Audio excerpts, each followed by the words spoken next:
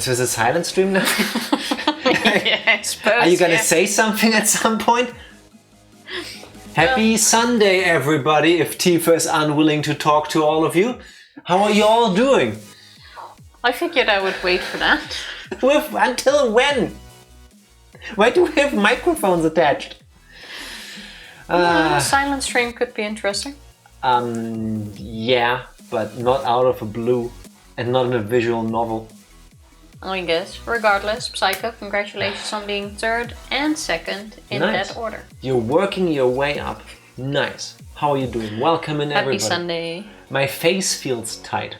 For the last couple days, I've been smearing an extra stuff on my face to hopefully clear up my skin. And I feel like slowly but surely it's working because I had been quite extra a bit lately. But it makes my skin feel like somebody is pulling it. And that's weird. I know it's not actually happening, but it feels like that. It's a strange thing. Huh. The only thing I feel in my face is the rip in my lip here. How did you rip your lip? I do not know. But see? There's a cut. Yeah, I see that. Why don't you put something over that? Like what? A band-aid. Yes, over my mouth. No, inside.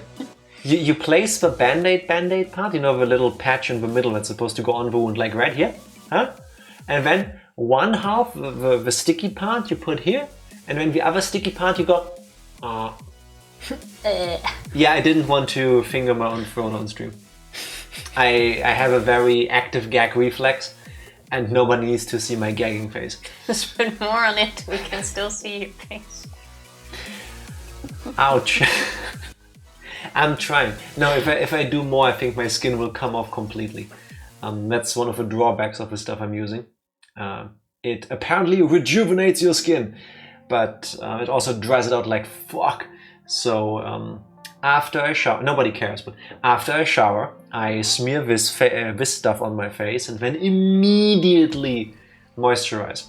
If I didn't, I would look like Oreo from Higurashi. Tifa can confirm. She has seen me without makeup, basically. It's the whole thing. Ich bin hier! I dare get to watch live. Welcome in Dark Lord. Cheers. Appreciate it. There's nothing wrong with astringent and moisturizer. What the hell is astringent? Astringent. A chemical that shrinks or constricts body tissue. It's not that. Something for wrinkles, I guess. Yeah. I would need that too, mostly on my forehead. Look. It's ribbed for your pleasure. Jack is mainly lotion. Yes. Moisturizer. Yes. And face cleansing stuff, I guess. Let's see when it will start working. Hopefully at some point. And I have nothing. Yeah. Pure natural beauty. Tifa wakes up like this. Yeah. Half man, half lotion. Close. I'm half man, half lotion, half asshole. The last half I'm trying. Half. I was gonna say the last half I'm trying to work against, but clearly you are making it harder again today. Welcome in Dark Lord. Happy Sunday. How are you doing? Which three things did you say? You were here, watch the VOD. That's your usual answer. You missed something? You didn't hear it? Well, watch it again. Like this implies going to rub his forehead on you. Only to dry and wash my clothing. You know, sometimes I don't feel like using our laundry machine thingy. And then I do the old-timey thing. I take our laundry, I go down to the river, and I use my forehead as a washboard. To scrub it off. Yeah. Put a bit of soap in the washboard forehead, I see. Yes, some people have abs. I have the forehead. Try to train them on the rib area. Instead, they're on your forehead. There was actually a time where I had a barely visible, but still... ab bit. I had one ab. No, I did have... I think with me it's a 4-pack. I'm genetically one of those people that has like 2 and 2. Whether you get 4 or 6 or 8 or however many, that's actually genetical. You can look it up. But yes, I did actually have it visible at some point when I had lost weight and paid attention to like gym classes and stuff. But then everybody only wanted me for my body, so I started eating. And then I met Tifa, so clearly my plan worked, you know? Clearly it worked. Must be it. Too many brain cells, brain bulges out. I would like to say yes, that's very sweet, but mostly it's the hot air. There's a lot of hot air up there. You can confirm, Tifa, your face already agrees. No, I wasn't gonna confirm. I'm not denying it, but I'm also not confirming it. Which is why you should never stroke my ego too much, otherwise my head will get too big and I slowly float out of frame. Well, good thing we've basically been called losers today, anyway. Did we? When? What? It came down to it. Today we played some Pokemon Go. There was like this, I'm not sure if it was just this weekend, it was like this event this weekend where you could get Dynamax Raikou in raids. Yes. But that's not something you can do with only 2 people. If there's one thing you need to know about Pokemon Go and Dynamax things, so basically, ever since Pokemon Go launched, it's been the same game. So people have had like 5-6 years now? 7? I don't know how long it's been. You can look that up. People have had a couple years to get into the meta of it all, you know, to get like strong and good Pokemon. And then at some point Niantic, the developers, decided, you know what? People have spent so much time and money on getting their favorite Pokemon and the rare and the good Pokemon to the point where they are. How about we completely fuck it over by adding a new type of gameplay where none of that mattered and you basically start from scratch. And we also monetize that. So they brought in Dynamax battles from Pokemon Sword and Shield. Your normal Pokemon don't do anything in there. You need specific You can't use them in there. Dynamax Pokemon. If your Pokemon cannot Dynamax, you can't use it in these fights. On top of it all, it's its own whole thing. So every now and then they grace us with the ability to catch good Dynamax Pokemon, and this weekend was one of those moments. You could get Raikous that Dynamax. Go on. Yeah. How you doing? Welcome in. Happy Sunday. So yeah, we have a group in the area that sometimes meets up with events. And then somehow a lot of people come out. And this time It wasn't that bad. I think we were with like 60 people. Plenty to do. I think it was less, but carry on. No, there weren't. There were 94 people checked it. And not all of them were there. We were with around 60 people. Walking in this massive group. Carry on. I can even tell you that 67 people joined. Good for you. Anyway, we were with around 60 people walking around, being this big group of nerds walking through town, catching people having Pokemon. fun. People having fun, yeah. Doing nothing to nobody, just walking around, communicating while looking at their phones and tapping a lot. But there were a couple of people in the group that were sick. So basically, while we walked through the streets, we were walking on the other side of the road, staying away from them a little bit. And we walked past this cafe where this lady was sitting and talking to the waiter. And they were like, oh, what is this big group of people walking around? It looks so weird. Like we were standing still at that point as well at the corner to do a raid with everyone. So you have like this big group just standing there tapping their phones in a place where usually a group of people wouldn't stand, like in the middle of a road, not on the road but on the sidewalk. But you know, there was nothing there. Yeah. So we're standing near the cafe and this lady is like complaining to the waiter about all of these people hanging around here, and it's like, don't they have anything better to do? And it's like, you are sitting, drinking a coffee by yourself, smoking at a cafe. Yeah. And we're the ones that have nothing better to do. So the difference here is you're doing what you find fun, we're doing what we find fun, except you're an asshole about it. So how about you shut the fuck up and go fuck yourself, lady? And then I beat her up. No, I didn't. I just shook my head because why do you need to be a dick about people living their life? And then we walked on. Basically that, but it's like... But my hobby is better than yours. Yeah. Welcome in Yugi. Happy Sunday. How are you doing? Everything he said. Get her ass. I wanted to. But there's no point in it. Like, Yeah, but we don't. These people meet like usually every week for like ratings. We only join them if there is like an actual event when we want to get there. And usually there's always people that wonder what is up, because you don't often see such a big group walking around, all focused on their phone, sometimes standing still for 15 to 20 minutes at a time. Not all saying in much. not saying anything, as a matter of fact. Somebody groans or celebrates when they get a shiny or something. You're like, yeah! Shiny, yeah! And then it's like tap, tap, tap, tap, tap, tap. Super focused, because these rates actually you need to kind of pay attention to them. It's like, Basically, so quite often we get a address and go like, hey, do you know what's going on here? Especially since we stand a bit further from the group, or a little bit more approachable. It looks like we're like overseeing them, because I don't like standing in crowds, and I especially don't like standing in crowds when there are sick people. There was one lady, she showed up in shorts and a t-shirt. We have almost just above freezing temperatures outside where we live currently. And she was coughing and sniveling the entire time. Lady, I'm not telling you how to live your life, but if you don't have anything to wear in winter, why are you playing Pokemon Go outside in winter? Like, I appreciate your dedication to the game, but maybe get healthy first? Maybe wear something? This is why they invented masks, not wearing one. Yeah. At least she was kind enough to occasionally walk away from the group when she had coughing fits. I stood a block away, half a block. Basically, yeah. Upwind too. It's like, not with my immune system. Don't understand people who are surprised by people or by public being in public.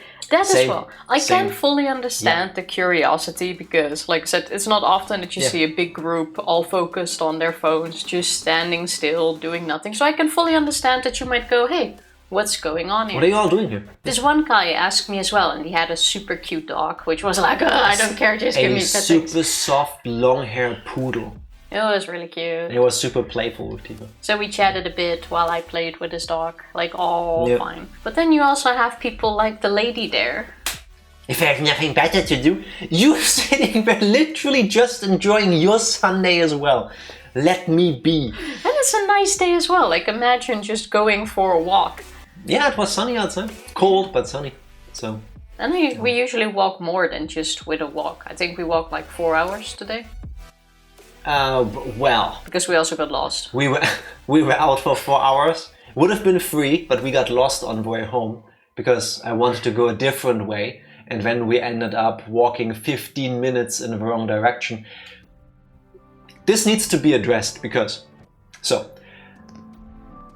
Tifa might have once or twice or 1,500 times already told you the story of how once, years ago, we went to London. And we wanted to go to Camden Town. And we were coming from the western part of the city. Camden is like central north. And we were walking for a bit because I like walking when I go places. I like just taking in everything, seeing how the people around there just live their lives. To me, that I can find enjoyment in that. And which is fine. We came into this like huge circular road. And Tifa's like, which way do we need to go? And I just said, yeah, it's this way. And Tifa was like, no, please check your phone. Just check Google Maps or whatever. Because I'm pretty sure it's in that direction. It's fine. So we followed my way and we ended up for 1 hour walking in a circle. Yeah, and then literally we ended up one big circle. at the same spot. After 59 minutes, we ended up exactly where we were. Even before that, Tifa was like, this seems familiar. Why do we keep going left? Yeah, it was a circle. And ever since then, I've been burned. It's a huge meme in Tifa's family and my family that I'm useless with my sense of navigation, which isn't true. But it's sometimes you don't live that down that easily, you know? So today I was like, hey, how about we go this way? And I had the idea, and then I opened Google Maps on my phone, I put in where I want to go, and it said 14 minutes, it's this direction. I'm like, okay, cool. Do you want to go this way with me, Tifa? You know, showing her proof that I can learn, I can evolve as a person. So Tifa's like, yeah, sure. We went through this nice park. I'm still playing Pokemon Go, and at some point I see like, according to the game, we're walking into a dead end. And Jack's like, no, my phone says there's a route here. I'm like, this is and a dead end. I show it to her. I'm like, look, here, we need to go this way, that way, and then we're there. We can see it from here. We don't know how to get there, but we can see it from here. So it is indeed a dead end. Then Yeah. he looks it up again. He's like, oh no, it's like 10 minutes. If we go this way, it's like another 10 minutes. I'm like, All the okay, way you the know other what? direction. Never mind. I look it up. 45 minutes. And I don't know why. Tifa was like, oh, you set it to car instead of walking. I'm like, no, look, it's set to walking here. I'm sorry, Tifa. I got so mad at myself ever since that London thing because I'm trying to show that I have changed. And Google Maps is ruining it for me. So yeah, we had a nice walk today. So Yugi says that old lady sounds like exactly the same type of person who complained about kids not going outside anymore and then complain that kids are outside. Yes, that is our neighbor. That Yes. energy. Why are the kids playing soccer outside? It's 12. Don't they know it's Mittagsruhe? Yes, we have an older neighbor Afternoon upstairs. And he's always complaining about everything. He does his weekly garbage can checks for the community that lives here, if everything sorts right. We spoke about that before. And then he's also complained that kids need less technology. Like, why does a young kid have a phone or an iPad or whatever when they can just get a ball and play outside? But he's also the one that at Sunday, 2 p.m., sits on the balcony and shouts at the kids on the soccer field Such a ruckus! that is not a good time for kids to play soccer. On a literal playground for children. Like, dude, please. It is absolutely that sort of person. He never finds a defibrillator. Psycho, that's harsh. That's all I will say. Just say. No. Oh, never needs. Oh shit, I completely misread that. Oh, Not fine. I swear to God, to my eyes, it was he never finds. Okay, let me reiterate. I'm sorry, I'm spreading misinformation on the internet. My brain didn't eye the way it should. I hope he never needs a defibrillator, is what Psycho said. That totally wasn't a Freudian slip. Not at all. Maybe. I'm an asshole. Get off of my lawn! He doesn't even have a lawn. It's a community playground. Just let him play. It's not true. It's lost for literal hours. Zoro from One Piece vibes. Yes. Yes. Except if Zoro would use a map and a compass and a sextant and whatever these things are called that tell you like, we need to go 15 minutes this way. Yes, that's me. Even when I do check the way, I lose the way. Can you tell me why Google Maps led us this way? There was no way. Like, it was fine on my phone. It was like, yeah, just walk through there, and then we're standing there and it's a wall. Like, what do you want me to do? Climb it? Like, I see there's a path behind that, but what am I gonna do? Like, Tifa, give me a boost. A foot. Google was out to get you. Yeah. Probably. Get out the astrolabe. You keep using words I don't know. Thank you for making me more loquacious. Oh, an astrolabe. Wait, English. Somehow that's also the same word in German. That was the English word. Yeah, but not the definition. It's sort of like a compass. An But based astrolabe on the stars. is an astronomical instrument dating to ancient times. It serves as a star chart and physical model of visible half dome of the sky. That sounds so smart. Then we definitely get lost. Yeah, I would die outside. I would need to bring food. It's gonna be a long way. But yeah, other than that, it was an uneventful weekend. We camped in the living room again. Watched the Pokemon movie. Disclaimer, what Tifa calls camping in the living room isn't like a living tent inside your apartment kind of situation. Camping in the living room to Tifa is moving our coffee table and then putting an air mattress there. We do have a bedroom. We could sleep there. But somehow sleeping on an air mattress makes feel Tifa different about it. And she enjoys it. So sometimes we do that. It feels like camping. Why the fuck not? Get a tent inside. That is actually also a really good idea. You could do that. But that seems a bit more like a hassle. But we could do that. We actually could, but then we need the like sleeping bags. We have like this big 2-person air mattress thing that would not fit in a tent. And then we can Takes like half of our living lay room. in our sleeping bags in the tent and then have a little sleepover, and then you can tell me who you have a crush on. And we can do that when there's mosquitoes in the bedroom. So in summer, thank you, great idea. But yeah, I like camping in the living room. Which Pokemon movie? Tifa was like, I want to watch all of them from the beginning. Let's watch the first one, the one with Lugia. And that triggered me, I'm not even gonna lie. I really thought Mewtwo was the second movie. No, that's Pokemon the movie. I thought that was the second movie. They even called it Pokemon the movie pre-release, and then later on it became Pokemon the first movie, Mewtwo Strikes Back. Yeah, like I didn't even see that as a kid. I watched that like way later. But I did have the Lugia one on VHS tape that was completely worn out from all the times I had to rewind it. So I thought that was the first movie, but it actually started with The Power Mewtwo. of One, that's the Lugia movie. We watched this one with breakfast this morning. Oh, sure. Because Tifa yesterday wanted to go out for breakfast, that didn't happen because the place was super busy. And then this morning I was like, okay, let's go to the breakfast place now. And she's like, no, I would like to have breakfast in bed with a Pokemon movie. So I made her buttermilk pancakes with chocolate chips and desiccated coconut flakes. On the airbed. With a movie. Yeah. It was very nice. Because I'm actually trying to work on that half asshole part.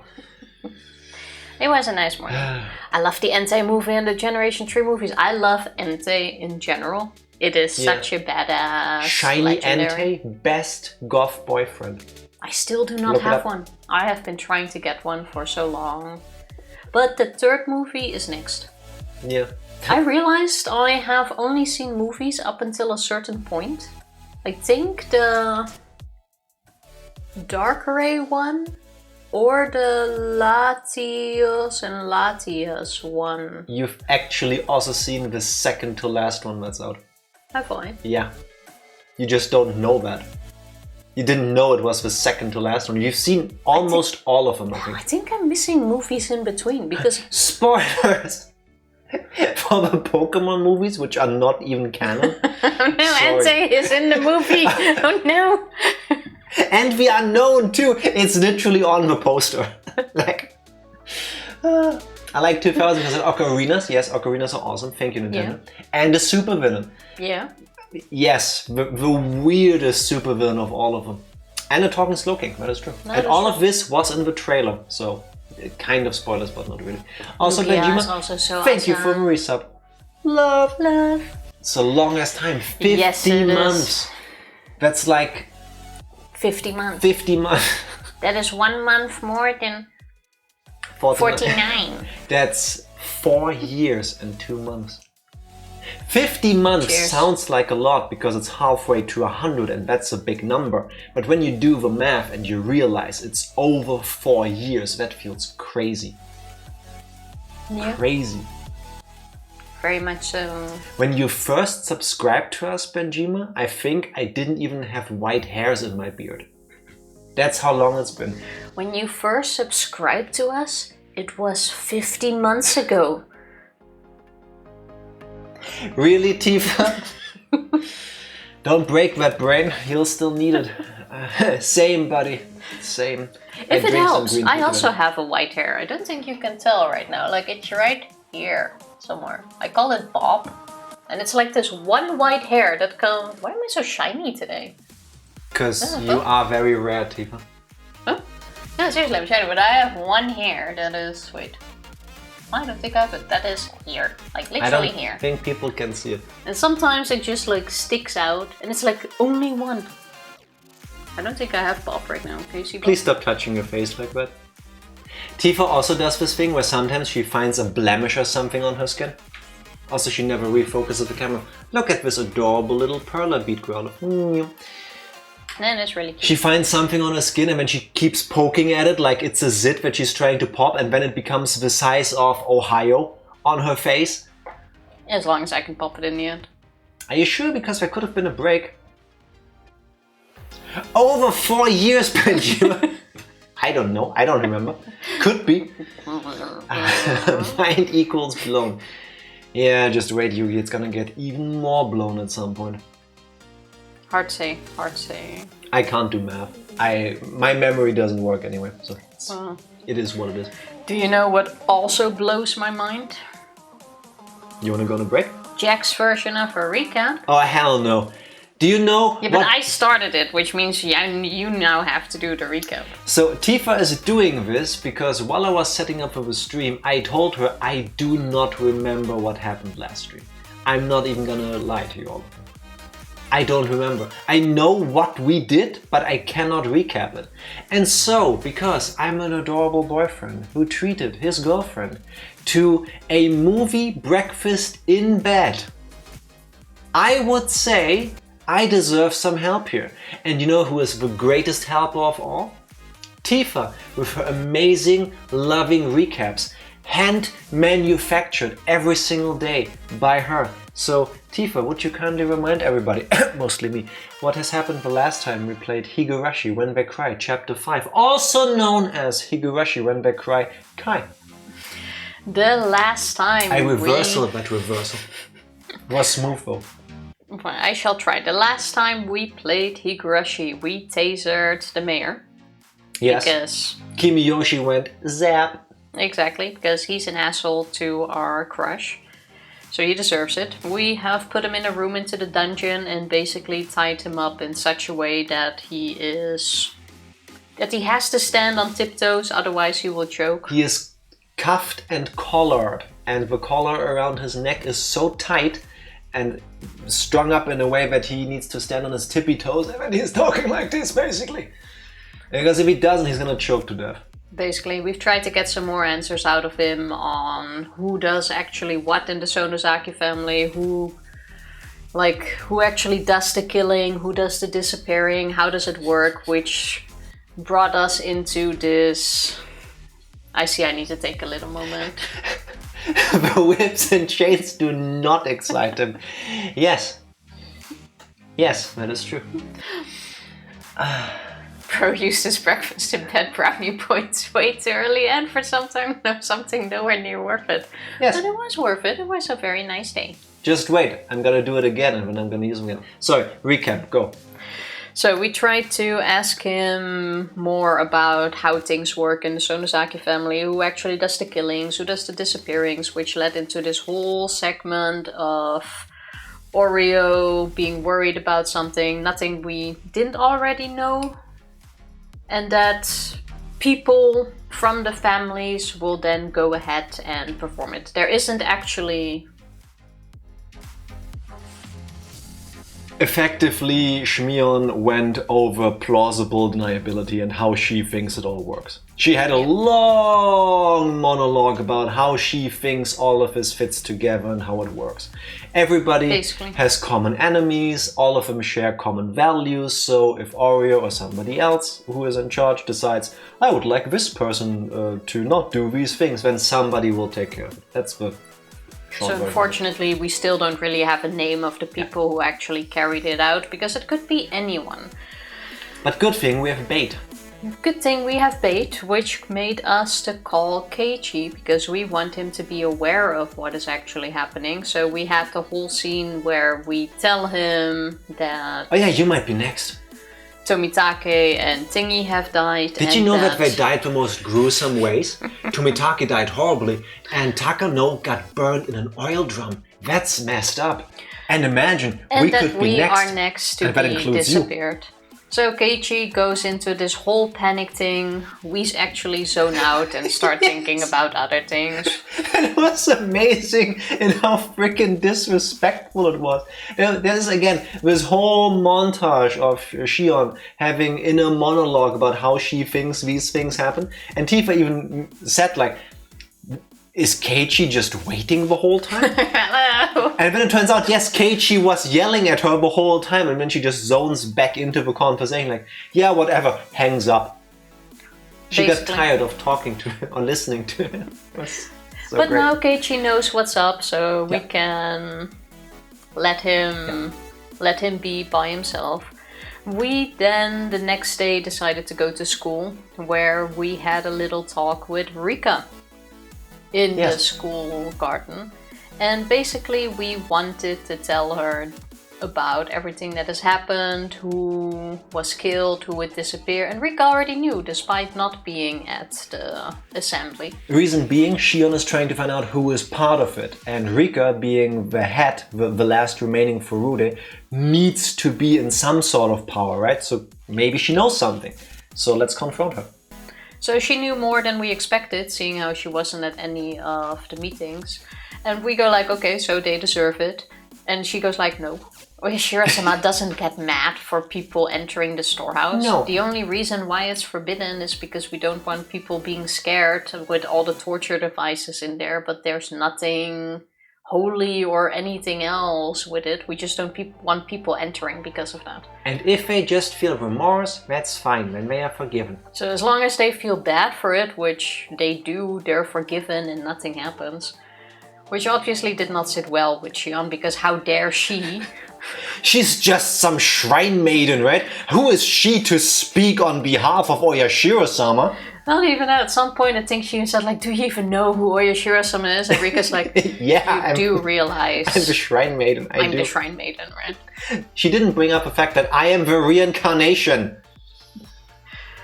So then Shion gets really mad and she goes like, oh, but you should also get cursed because of the lock thing, and the mayor as well. When Tifa says she gets mad at Rika, she doesn't just get frustrated. No, she does the thing Shion does best, which is to assault another small child. She grabs her by the collar and eventually beats her. Yeah, she slaps her. Basically, yeah. You know, no, it's Tuesday for Shion. Just another kid. So we already start throwing in the whole like, hey, you are also part of the problem because you were the one that removed the lock, and the mayor should get punished too. So this is your fault. Because he allowed it, and you should be killed too. He already got his punishment. Blah de blah. So we leave her alone, and she also got pushed. After pushing her to the ground, yeah. Shion said these hands are E for everyone. Yes! Yes! Oh my god, imagine if she has the H rating E tattoo on her palms. And then she just slaps the shit out of everybody. You see these hands? Oh, I need that. Thank you, yes. Sad. School day is over, Shion goes back home, and I don't really know what the reason was anymore, but for some reason we go to like this storehouse on the ground. Shion is hungry. Shion needs to eat at some point, so she's like, oh, whatever, I'll make food. I go to the kitchen, but it's like this pantry house kind of thing almost. Which was shown as a shed. Yeah. The same shed where the mayor or the minister's daughter or son was grandson. held. Yeah, they reused when he was the given. arts for that. It kind of took me a moment to like configure my mind. But yes, apparently their kitchen, pantry, house, whatever it is huge. She had to all the way walk there. But then suddenly the doorbell rings.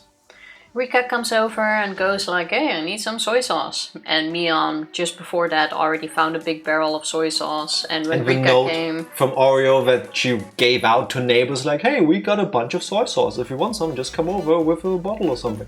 So we let her in. We wanted Rika to get her some soy sauce in the bottle she took along. And then Rika tried to bloody kill Shion. Yes. Which was unexpected. Rika went... I can't speak. Switched the Swaddaloop. Swaddaloop? Swaddaloop.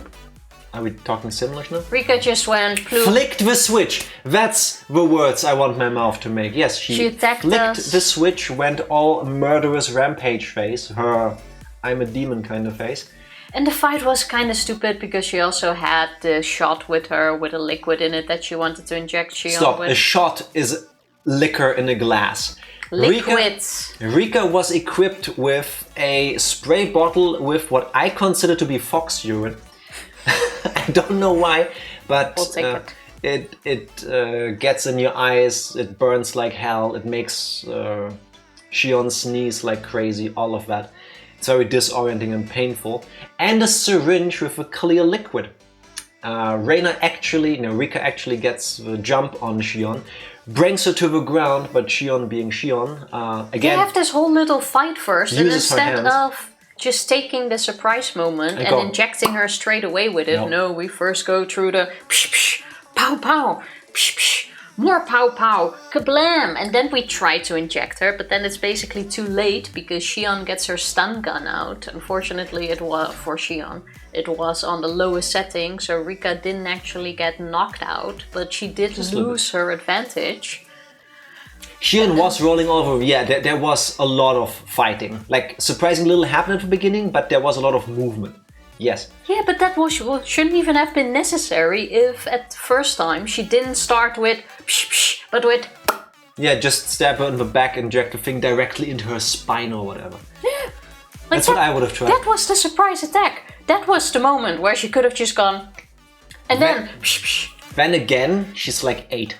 Yeah, but still, I think that was somehow part of the plan. Shion tases her, gets the upper hand, sees this syringe and goes, whatever this isn't good, and does the Shion thing and just straight up injects all of it into Rika, who convulses because whatever poison this isn't good. She gets up and she goes, you're not going to kill me. And then I will just kill myself. A knife, cuts open her throat, and then tears out her own throat the same way. She doesn't even cut it open. Takano did. It was a little bit more gruesome. She just held it against the wall and kept slamming her neck into the knife over and over, which I think is a bit worse than just cutting open your throat. I was trying to give a short version. Yeah, but I feel like this is the best bit. So she just kept slamming it in there, and afterwards she put her fingers in the holes that were created and started ripping out her throat. And that is how Rika dies. And Shion is like living the moment. Yeah, she is giving fully into her demon self, roaring all over the place like a demon would. Finding the beauty in this scene, how the blood splatters everywhere. There's a lot of poetry. Last dance of the head of the Furude family. Both of them like screaming at each other while all of this is happening. Yeah. It was a really good scene, and that's basically where we... Except Tifa left out one of the most major plot points we learned. Oh, true, while we were in the dungeon. While Shion is in the dungeon and having a talk with her captors, she loses it because of having lost Satoshi. She even goes over to the well and she wants to jump down there. I can't explain to you why she doesn't just climb down there and check if her body is there. The mayor basically confirmed that Satoshi is probably dead, even though he doesn't know. She wants to jump. And is in the well. But then the presence of Satoshi stops her. They have a cute little moment, or Shion thinks she has a cute little moment. But eventually that leads to Shion completely losing it at Mion and confirming that they swapped before the tattoo was placed on one of them. So the actual successor to the Sonozaki Empire is Shion. Shion was born Mion. But the real born Shion was super giddy about all the family members coming over, and she wanted to try red snapper, which was what they were gonna have for food the next day. So she wanted to take the spot. So she did. She knew damn well what was going to happen. She claims she didn't. Shion, who is actually the demon Mion, claims that her sister knew and made it happen this way. And she wants Mion back. So Shion is actually Mion, and Mion is actually Shion. Shion basically claimed the name Mion back, but in the game she's still, for now, called Shion. So far the game still calls the Shion we started with Shion, even though she is Mion. And the girl we knew to be Mion, who is Shion, is still being called Mion. It's slightly confusing if you think about it, but not really if you just accept they keep using the names that we're used to. Yep. Yes. And Shmion, us, the main character, is now fully demonoid and on a path of blood, murder and revenge. And that's the last thing that happened. Yeah. But it will switch through once or twice. Yeah, so many times the family decide, let's just tattoo one of them. It's gonna be easier that way. Tifa, are you ready for the continuation of Higurashi? I am ready. That's the button I was looking for. Click. Doop, doop, doop, doop, doop, doop. And as you can see, the next pressing matter on the demon Shion's mind is... I need to clean up now. Hey, there's blood all over the place. There is blood everywhere. Also, we are in agreement that the next victim is going to be Satoko. This basically plays into what happened in chapter 2, where Rika and Satoko were killed, where Reina figured out that Rika went to get soy sauce at Mion's place. Then Satoko was called over to come have dinner there for some reason.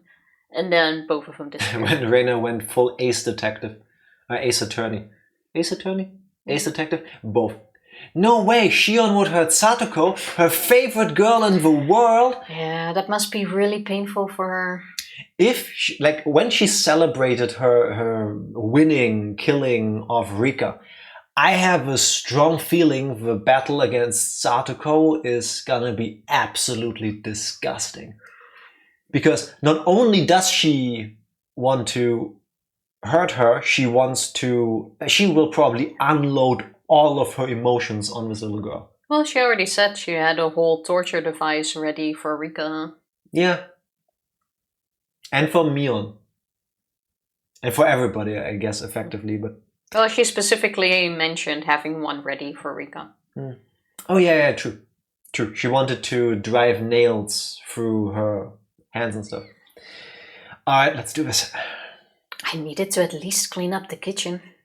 While I was putting old newspapers on the floor to absorb the blood, the phone rang. I didn't want to answer, but maybe I should. I should answer it and talk to whoever it was. Satoko. Hello, this is the Sonozaki residence. Thank you for answering. This is Hojo calling. Mind you, the death of Rika happened seconds ago. Shion is so mentally detached, this doesn't even faze her right now. Why should it? Because that's what would happen to a normal person. I was surprised to hear the Hojo name, but I realized right away that it was Satoko. Oh, Satoko? What's the matter? Sorry to call so late. Is Rika not there with you? Ah, yes. Ever since Satoko Hojo was abandoned, she had been living with Rika Furude. Of course she'd get suspicious that Rika hadn't returned yet. Ah, yeah, she's here. Oh, she's still there? It's long past dinner time. I'm hungry. Bring me soy sauce. Hey, Satoko. I made too much dinner tonight, so I told Rika-chan to eat here with me. Is that so? Oh. Why don't you come over too? I have plenty of food left. Rika-chan has already started eating. Oh, Rika. Alright, I'll clean up a little and then head out. See you shortly. That should already be suspicious as fuck because Satoko knows as well. There's no way Rika would do that. Yeah. I doubt that. I truly, truly doubt that Rika would do something so improper. You know? Would I suspect I would get killed? No. Would I suspect that something is up? Yes. She got a dose of iron, alright. That is for sure. She got all the vitamins in that shot. Okay.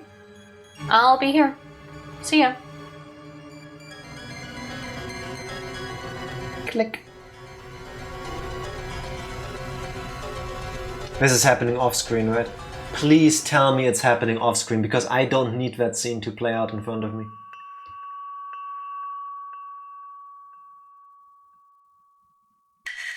This will probably be one of the most important scenes. For Shion, at least.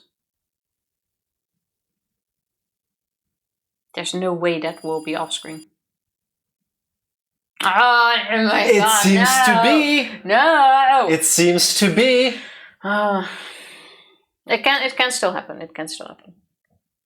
Keiichi, I've been calling your name for a while.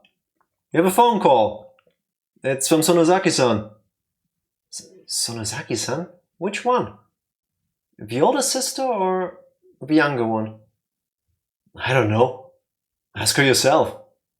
That's so Keiichi's dad. When did Keiichi get kidnapped? 2 days after, no? Never. Because, no, he still went... He did not get kidnapped. He got a call, then I think he got a call from somebody. They had a conversation when Ooishi swooped in and he got him and Reina in the car and told them, okay, basically I need you as bait. Go in there, do whatever it takes, and... Yeah, but the moment Get Xian us. grabs him, he gets kidnapped. But that's like 2-3 days after? I think so, yeah. Okay. Hello? Mion? Or is it Shion? Yes. The answer is yes. It's me. Xian. Good evening. Shion! Sorry about last night. I got all riled up. You must have been worried about how I hung up the phone so suddenly last night. We're tied to the same fate. Making sure the other is alright is the only way to guarantee our own safety. Yeah, I agree. We absolutely need to share whatever information we have. So that we don't die like Takano-san and Tomitake-san did.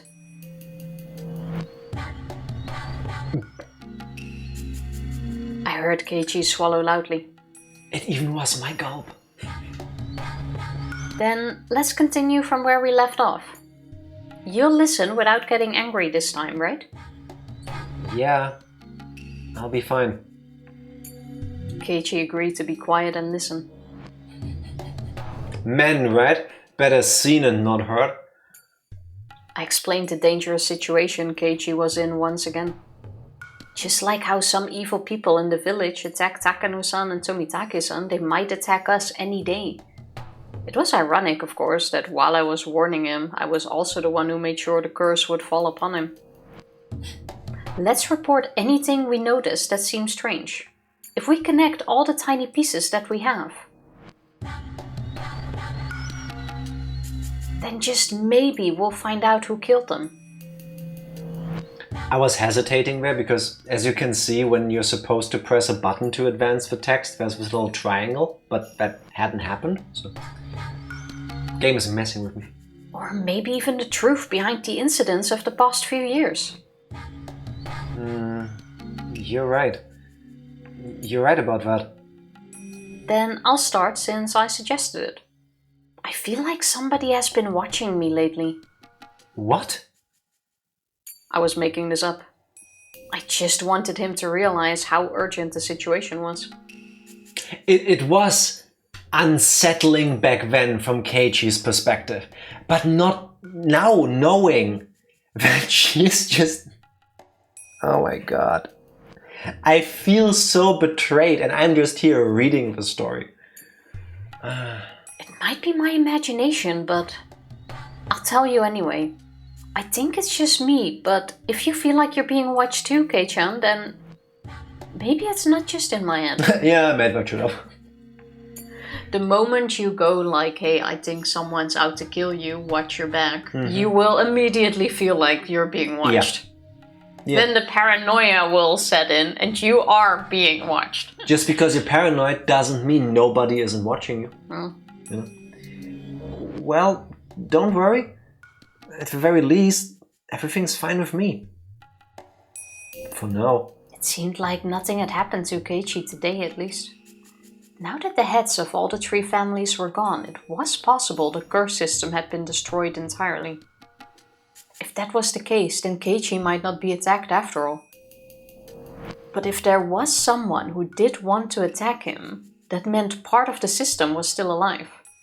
Also, no one knows that they are dead or captured, so of course the system wouldn't be destroyed yet. Yeah, but Shion is not thinking straight. Yeah. It hasn't for a long time. In other words, my mission wouldn't be accomplished just yet. Keiichi is like a litmus test in this situation. I'd known whether or not all my enemies were gone depending on if Keiichi got bitten. He sure is a very useful man. After that, I went along with what Keiichi said. I made sure he was fearful of Mion, as well as all of the 3 families. I explained to him the possibility that the whole village was involved, and that the curse of Oyashiro-sama might be some sort of system. Then I remembered Shion wouldn't know too much about the disappearance of the mayor, so I continued. I just heard this myself. Is it true that Uncle Kimiyoshi went missing? You mean the mayor? Wait, Shion, you haven't heard? I don't know anything. I just overheard my father talking about it on the phone again. Yeah. Actually, last night after the meeting, he didn't come home, so the whole village was in a panic. They searched all over Hinamizawa, but if they found him, then I haven't heard. The police should be searching for him as well. Why didn't you tell me something that important right away? Sorry. I thought you already knew. I didn't want to hide it or anything. Kei-chan. What should I do? What's wrong? Tell me. We're not keeping secrets from each other, right? I'm sorry. I didn't mean to hide it. It was just that, the conversation got turned around and... We're on the same side, right? I won't get mad, so just tell me. Uncle Kimiyoshi, I told him everything. Old man Kimiyoshi. He's someone you feel comfortable confiding in, Shion? Yes. He would. When I was little, he was really nice to me. All I did was play tricks on him, but he would always just smile. He listened to anything I had to say. He was such a kind person. Calm down, Shion. It's not like he's dead, right? Don't lose heart so easily. Keiichi tried to make me feel better, but he had no idea what was actually going on. It really made me laugh. That night, I told the mayor that we snuck into the ritual storehouse. Also that someone saw us and was out to get us. Does the mayor know how absurdly Takano-san and Tomitake-san died?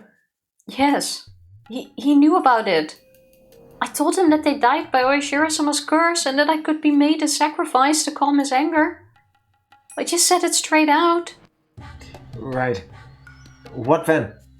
Uncle Kimiyoshi, he didn't get angry. He smiled and then told me that if I was remorseful about it, there was no way I'd be demoned away. He was really smiling and he told me to leave it to him. I actually got a little sad while saying that. Uncle Kimiyoshi had been so reliable. I was happy when he said that he would protect Shion. I truly was happy. If only he hadn't said anything to insult Satoshi-kun. It's my fault. Because I confessed everything. Stop it, Shion. It's not your fault. No! It is my fault! I told him our secret! Uncle Kimiyoshi found out about everything. So he had to have been killed. It was right after I confessed to him, after all. He disappeared the same night, and he told me everything was going to be alright. It was such a strange feeling. I wasn't upset at all. But as I pretended to be upset and mutter words of prayer for Kimiyoshi's safety, I started to feel that emotion growing inside me. I was only pretending to be distressed to fool Keiichi, yet the emotion I feigned began welling up inside me. It felt like I was being consumed by that emotion. So the words coming from my mouth weren't words I initially said, or intentionally said. They were words that consuming emotion forced me to say. It was like someone else inside of me was doing the talking instead. And I was just watching that someone talk from a short distance away. Oh, do we have like a role reversal now? So the demon has taken over. And the emotional side, the human Shion, is now talking. seems to be the case. Or at least bleeding out a little bit. Yeah. I should have never told him. All of this should have only been our fault. Only the four of us. It wasn't something I should have told someone else. He got killed because I told him. He got killed because he knew. He got killed because I confessed to him. Hey, stop. If they were doing that, then they would obviously have killed you before killing the mayor. It doesn't make sense. You or I should have been killed first. Why would two other people die before... Why would other people die before us? It does make sense. They must be planning to kill us last of all. Huh? What? They start by killing those we're close to. And after they've caused us so much pain, then they'll kill us. That must be what they're doing. What I just said scared even me. Killing our loved ones first to harm us emotionally, and only then kill us at the height of our suffering? Whoa! I felt something crawling up my spine. That's awesome! It's an awesome idea! I must not be human anymore. I really am a demon. A human could never think of such cruel things. That would be one incredible hell. Your close friends dying one at a time after being tortured. And after all that, you yourself get killed. What a great way to destroy someone's life. Why was I getting so excited about this? Because I could get going with that plan right away.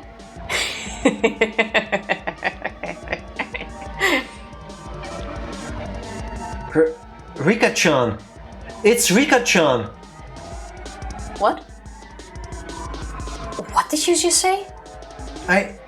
Well, the truth is I told her about it. I told Rika-chan today. Rika-chan? You mean Rika-chama? The one from the Furude shrine? That's yes, kind of weird. Rika-chan. I felt so scared and uneasy that I did it. I told Rika-chan. When you did, what did she say? The cat is worrying too much. I'll do something about it for sure. That's what Rika-chan said. I'm sorry, Shion. I'm worried about Rika-chan.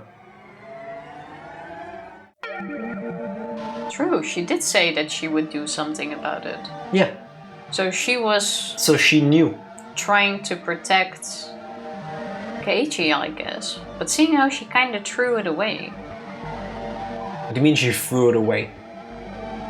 It's not like she didn't try.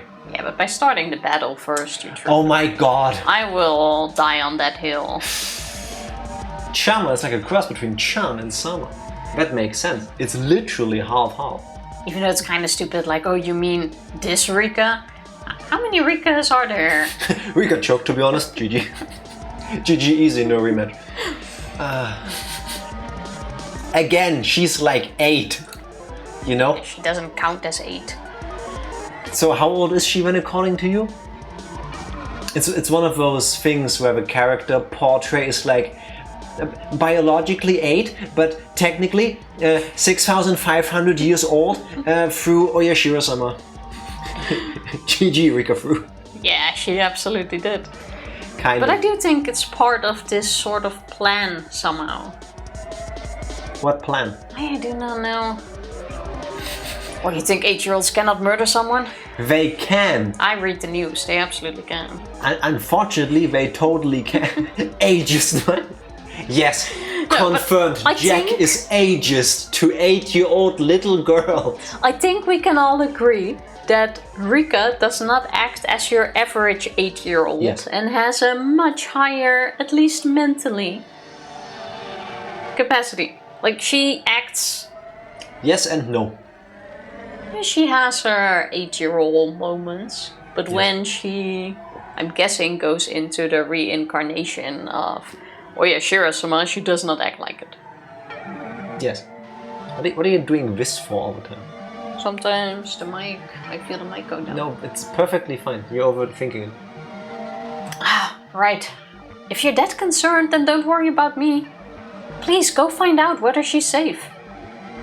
Yeah, I'll do that. I'll call you again tomorrow at the same time. When I do, you'll know I'm still alright. I got it. I'll be waiting. Okay, bye. Sorry, I'm hanging up. Keiichi hung up roughly. Click.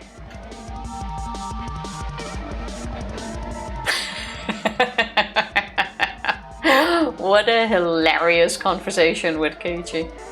Everything was just too damn funny. Keiichi Maebara. Go ahead and struggle helplessly.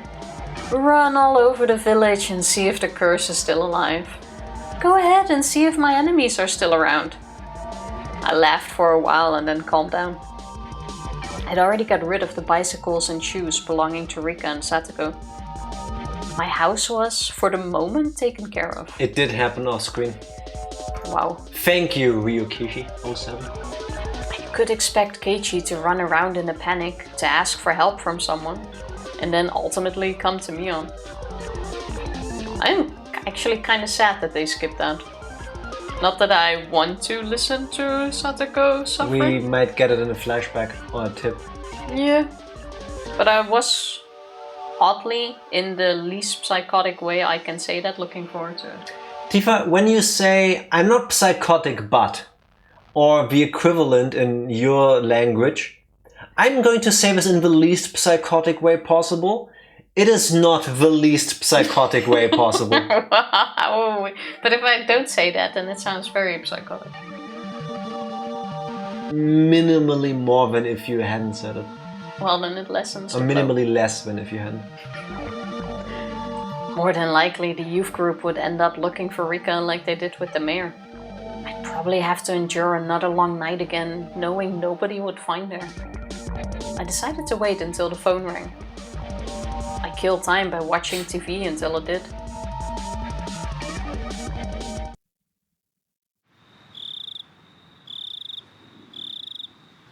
Kei-chan, are you serious? I'm going to get really mad if this is a joke. I scolded Keiichi for suspecting that Rika had disappeared. This bitch. Me-chan, if it really is a joke, don't get mad. Smile. It would be a joke after all. We need to go make sure whether it's a joke or not. You're right. Sorry for getting upset. Reina rebuked me. While she looked quiet, I felt that she could be very terrifying under her skin. I had no basis for that impression, but I still felt that way. We have so much basis for that expression. No. Stop. That's the demon talking. It doesn't... Yes, it does. Shion human and Shion demon are not the same person. They are not the same person. It would be weird if the demon has no collection. It does have some, but it doesn't have the same impression of people, I would think. Because I don't think anybody can forget the whole, but Satoshi talked to me about it. He told me he was being followed. You don't forget that entire conversation in the bus stop thing. Fair enough. Unless it's not you talking. Just joking. Lol. Yep. I just didn't like her. I had disliked her ever since that rainy day at the bus stop. See, there you go. Should have just pressed A. You know someone is sus when the demon gets the creeps. Yes. That's my standard I go by. Yep. It wasn't that we didn't get along, though. How should I put it? I was at a loss for how to explain. That was it. I found a good example. When I was little, I always wanted to play tennis. I had my relatives take me to a tennis court and they all praised my skill. I was doing nothing more than hitting a ball with a racket. But they told me I was talented, and that made me happy. When I went to school, I told my classmates I played tennis, and they told me that I was talented too. Then, one of my classmates, who was usually very quiet, said she also played tennis. Not only did she play, but she took lessons. Although I'd bragged about my serve, I was no match for her. I felt lonely and insulted that everyone was paying attention to her and not to me. She was usually very quiet, but suddenly I realized that she knew more and had a lot more experience than me. Reina at the bus stop was just like that. I thought of myself as a demon now. Told you. It awakened a part of me that was half human and half demon, the part that lived in Onigafuchi village. In fact, I'd already stepped into a world where normal humans couldn't go. I'd already surpassed my human limits. Does Reina now also have 360... I don't even know what it was. Oh, Shion. 360-degree vision, taking in all of the information at any time. There was still a word in between vision, no? 360... Degree vision. I thought it was something else. 360-degree information? I forgot what. Visual information, I think it was. I think that's what it was, yeah. I only remember 1,500 seconds. That's how long it would take me. I genuinely thought of myself as a superior being, having transcended the realm of mortals. But she has been there longer. She has been a demon longer than me, and I don't like that. But when my eyes met with Reina Ryugu's, I felt what I did long ago with tennis.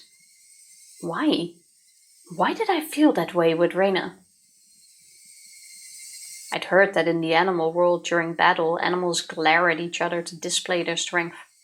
Only humans have to punch or kick each other to feel superiority or inferiority. Superiority.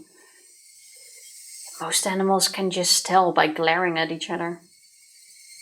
I want to disagree with that. Yes, there is a thing through glaring, but also fighting. That's what you just said. Yeah, but she said most animals only can tell with glaring. Yeah. But there's still plenty of fighting involved to get the ranking. Yeah, but more glaring. Only when the ranking is established. We haven't established the ranking yet. Everybody, please join us next week when Tifa starts her subsection of our streams, Tifa and the Animal Kingdom, where she will teach you all about her knowledge of animals glaring at each other. Fine. In that case, could it be the same with Reina? So basically, Shion now has a demon radar locked in. Or unlocked. It clashes. It clashes? What? Yeah, they clash with one another. Can't have two demons in Oh, like what? I would tune in.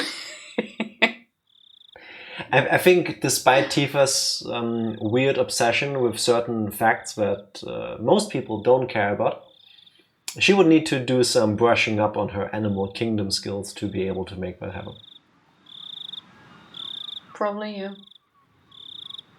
And I could tell that by glaring at her. I didn't need to punch her. I didn't need to kick her. Did you know that the inside of a kangaroo's pouch is very smelly? This is true. Look it up. And Tifa and I know this. At least cite your sources. We never looked it up. We just took it as true information from this little cute anime segment. I don't know what anime it's from, but it goes like, Mameshiba, did you know? And then it tells you a fact. And one of the first ones we saw is like, Mameshiba, did you know the inside of a kangaroo's pouch is smelly? That one lives rent-free in my head. It's with this really cute animation that's just absolutely adorable and like lives somewhere in my soul. And then it's over. It's like the whole thing is like 30 seconds, if that. Not even, I think. Google it. It's amazing. Mii-chan, are you okay? Yeah, sorry. I haven't slept since yesterday, you know. Sorry. Keiichi climbed up a ladder and tried to peek into the window on the second floor where Rika and Satoko lived. It was my job to hold down the ladder. Reina cautioned me to hold on to it tightly. Mii-chan, I'm going to go check the main house just to be sure, okay? I'll be right back. This is where Shion goes, whoops! Oh no, the ladder moved. Okay. Be careful. Reina ran off after that. When I looked up, I saw Keiichi trying to open a window, but all of them were locked. Before we actually go into this scene, I say we take a very short break. I disagree, but because I am a wonderful boyfriend, I need to score more brownie points for further use. Yes, that's a wonderful idea, Tifa. BRB. Oh, I should have taken a vest along while I was at it. We're back! Yes, we are! To work with a professional once. Just once. It's so cold in the house. I'm fine. I'm sitting here in a t-shirt. Go act yourself warm, Tifa. You ready? Yeah. I like how Tifa moves for 2 seconds and then stops like that's enough. I would be confused. Wouldn't it be annoying if I keep doing this now? You've done worse things on stream. No, wait. We need new chairs. What did Reina mean by main house? Keiichi asked me from the top of the ladder. It's the Furude family's actual house. After her parents passed away, I think it's been left like that. Ah, right. Rika-chan's parents, they passed away, huh? Satoko's also an orphan. Her parents fell from a cliff because of Oyashiro-sama's curse. Then her older brother, Satoshi-kun, he disappeared. Satoshi? I've heard that name before. He'd heard the name before? I felt anger growing inside of me. Nobody gets to know Satoshi but me. Shion, ultimate toxic girlfriend. Don't you know whose desk you're using every day? You act as if it belongs to you. You drop food on it while eating lunch. You drool on it while taking a nap. Don't you know who it really belongs to? Why am I acting this way? I'm Mion. Satoshi-kun doesn't even exist anymore. He was demoned away. It's hardly Keiichi's fault that he didn't know. It really isn't his fault. Satoko and Rika-chan have been living in this shack ever since. Neither of them have any family, but at least they're together. They help each other out. Didn't Reina say there was a main house? Wouldn't it be easier to live there? I think she tried that at first. She said it was hard though, because it reminded her of her parents. Poor Rika. After everyone in Satoko's family died, she started living with Rika. It only made sense. Satoko and Rika were best friends. They didn't care about the Hojo family or the Furude family. They had been best friends since before the dam conflict. The reason why the curse never fell upon Satoko. Rika Furude probably had a lot to do with it. And maybe with the fact that a, 5-year-old then wouldn't be the first choice? Are you sure about that? The whole family is cursed, those cursed Hojos. Yeah, but if there's an adult, wouldn't you go for him first? Is the adult's last name Hojo? Yeah. Maybe. Those cursed Hojos! That made more sense than anything else, at least. Satoko was pardoned from the curse of the Hojo family. All thanks to Rika Furude's arrangements. Satoko had never been a victim on the night of the Watanagashi. According to the curse system I'd uncovered, the last survivor of the Hojo family still living in Hinamizawa would be the perfect target for this year's curse. Therefore, whoever was responsible for executing the curse must have tried to take her life. However, nothing happened to her, proving that Satoko had escaped from the curse. That was really and truly infuriating. She might have been the head of the Furude family, but I still couldn't accept that such a little girl had enough power to protect her best friend. That's really funny. Weren't you mad at your sister for not protecting Satoshi when she was so high up the ladder in the Sonozaki family that she should have been able to, according to you? That's different. Yeah, true. This is not my wannabe boyfriend. That would be protecting someone who deserves protection. Now it's protecting someone who deserves death. Yeah, of course. True. Yeah, because this little girl had... Yes. Mion? No, actually Shion. Shion must have had the same power then. Just like Rika protected Satoko, Shion could have protected Satoshi. Called it. Damn it! Damn it!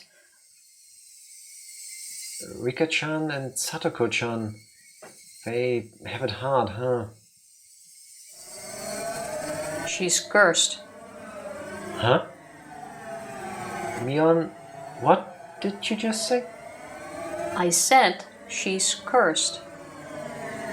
Mion, you... Why are you making that face? Satoko Hojo. She's been cursed by Oyashiro-sama. I can't accept that Satoko was pardoned from the curse, although she was a member of the cursed Hojo family. She was one of the cursed Hojos. Satoshi-kun wasn't pardoned, but Satoko was. What was his crime, old man? Tell me, why did Satoshi have to suffer the curse? What did he do? This is unfair. This is all bullshit. And I'm sitting here. Yes, tell the old people off. Yes, fight the cult. And now she was cursed because she was a Hojo. Yeah, but Satoko was the cause of Satoshi's suffering. Well, Clearly. not the cause, but he didn't help it. He made it worse. Clearly, yes. She was cursed, but she got away? She escaped the curse, but Satoshi-kun didn't. I can't accept that. In fact, Satoko should have been the one to be cursed the most. She cornered Satoshi-kun physically and emotionally. That was why things got weirder and weirder, and in the end everything went crazy. When I think back on it, it was Satoko who I hated most of all. She cornered Satoshi-kun. And as a result, Satoshi-kun disappeared. Whoa, I'm not sure what that is. Whoa, stop. What's with the asterisks? What? I wonder if she started cursing and they blended that out, but this is the first time What? 1 sec. Okay. we actually see this, I think. What?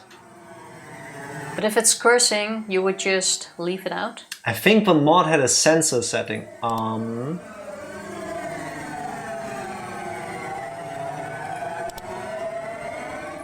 Mod menu, F10. Graphics. Gameplay? I think I remember reading something like this, but I don't know whether I changed anything. I left everything at default settings. Don't see anything for it. Oh, here, voice matching. Sets the script censorship level. This setting exists because the voice is taken from a censored console version. Recommend the default level 2, the most balanced option. What about 1? But this is only about voice. Does that also count for 0 would be... original PC script with voices where it fits? Fully uncensored? But uncensored scenes may be missing voices. Well, that's fine. We don't do with voices.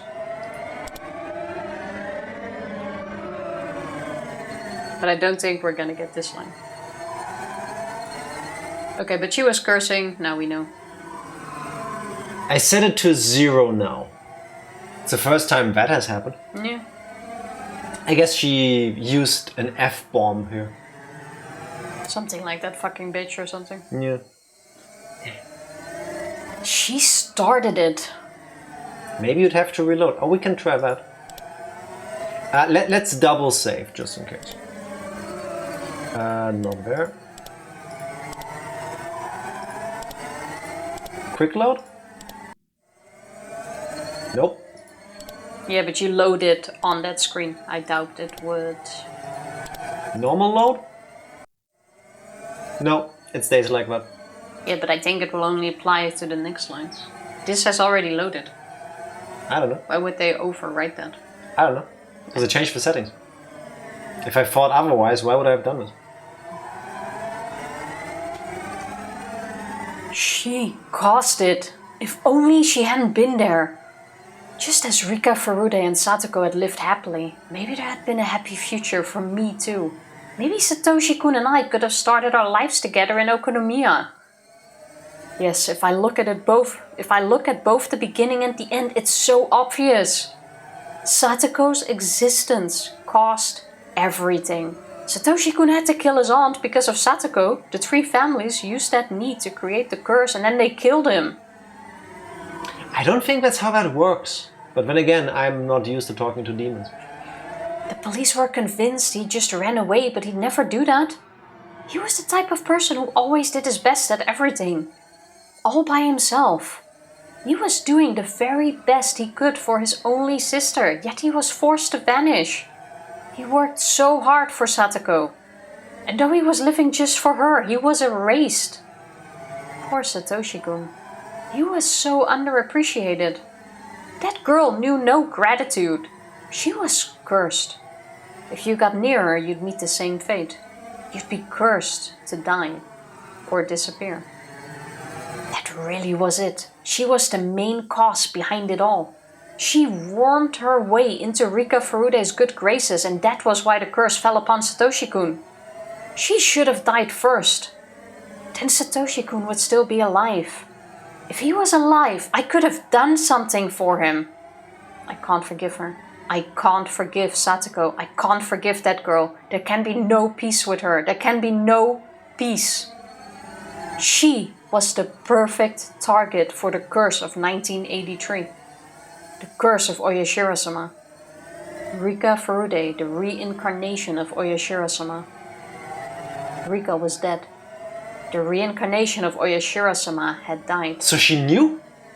Oh wait, this is the demon talking. The demon probably knows, somehow. Shion also knew, remember? We have had very long conversations on how the village considers her the reincarnation of Oyashiro-sama. Oh true, but Shion thinks this is all bullshit, hence the whole why would you know what Oyashiro-sama wants? There was no more god in Hinamizawa to deliver the curse. I'm the one who has to deliver it now. Spoken like a true cultist. I am Mion Sonozaki, the head of the Sonozaki family, one of the three families of Onikafuchi.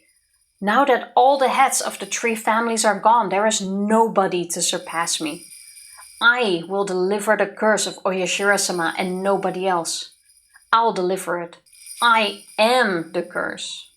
I have become Oyashiro-sama. I felt hot bubbles boiling over deep inside of me. I could tell the demon inside of me wanted to roar. I noticed Keiichi was looking down at me. Calm down, Mion. He can't tell what you're thinking. Calm down. Calm down. He can tell because your face is going... At that point I heard footsteps coming closer. I saw 4 or 5 adults accompanied by Reina rushing towards us with flashlights in their hands. Adults is when people after a certain age don't know what they're doing. That was a hiccup. Sometimes in life, you know, you just find yourself in a situation where you don't know what to do and then you become an adult. The adults also commit tortures. I was gonna say the torture. Wonderful. One of them opened the lock on the cabin door and we all went inside. Of course, there was nobody there.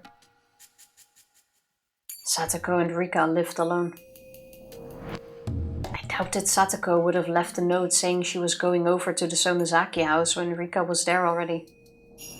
But it wouldn't be fun if she had. Because of that, I hurried into the room ahead of Reina to make sure that there was nothing left behind. She's tampering with the crime scene. The rumor of Rika and Satoko's disappearance spread around the village quickly. More and more villagers gathered at the Furude shrine. Acting in place of the head of the Sonozaki family, I commanded them to search the village. The villagers nodded and scattered. How long had it been since the last time I was truly Mion? I felt so pleased that my body almost went numb. Lots of villagers went in and out of the shrine. They yelled at each other that she was nowhere to be found. Some suggested other places to look and they all left. They made a lot of noise with their comings and goings. Members of the Women's Association brought out huge pots and gas cookers from the storage and got ready to cook for the men. What? Every time Tifa doesn't pronounce women's correctly. take a drink. That was when I noticed Keiichi unsteadily walking towards a corpse? A corpse! Here we go! I forgot this word existed. But yes, a corpse. A corpse. A corpse. That was when I noticed Keiichi unsteadily walking towards a copse of dark pine trees. It's that word nobody ever uses. It's ladle time. You don't get to do that. Happy Ladle Sunday. Welcome in, Mame. How are you ladling? Not what he said, but it's okay. A small group of trees, a thicket, a copse. This sounds so weird. I distinctively remember this because I think it was you, Dark Lord, in chapter 2, also posting this very same message. And then I was like, I've never heard the word copse being used before. And then Skinner jumped in with like, I use it all the time. No one uses cops. Skinner, no you don't. I know that for a fact. What was he thinking? How stupid of him to be alone on a night like this. If a person responsible for executing the curse was nearby, he wouldn't come back safely. I'd like to see the thick hat in question. Mame, there'll be more Shenmue 2 on Tuesday. Maybe Joy will make a return. She has already made a return. She's there. Yeah, but Mame would like to see the thick hat. She doesn't get it. Tifa's too innocent for this. It means that you tame the woodland through coppicing,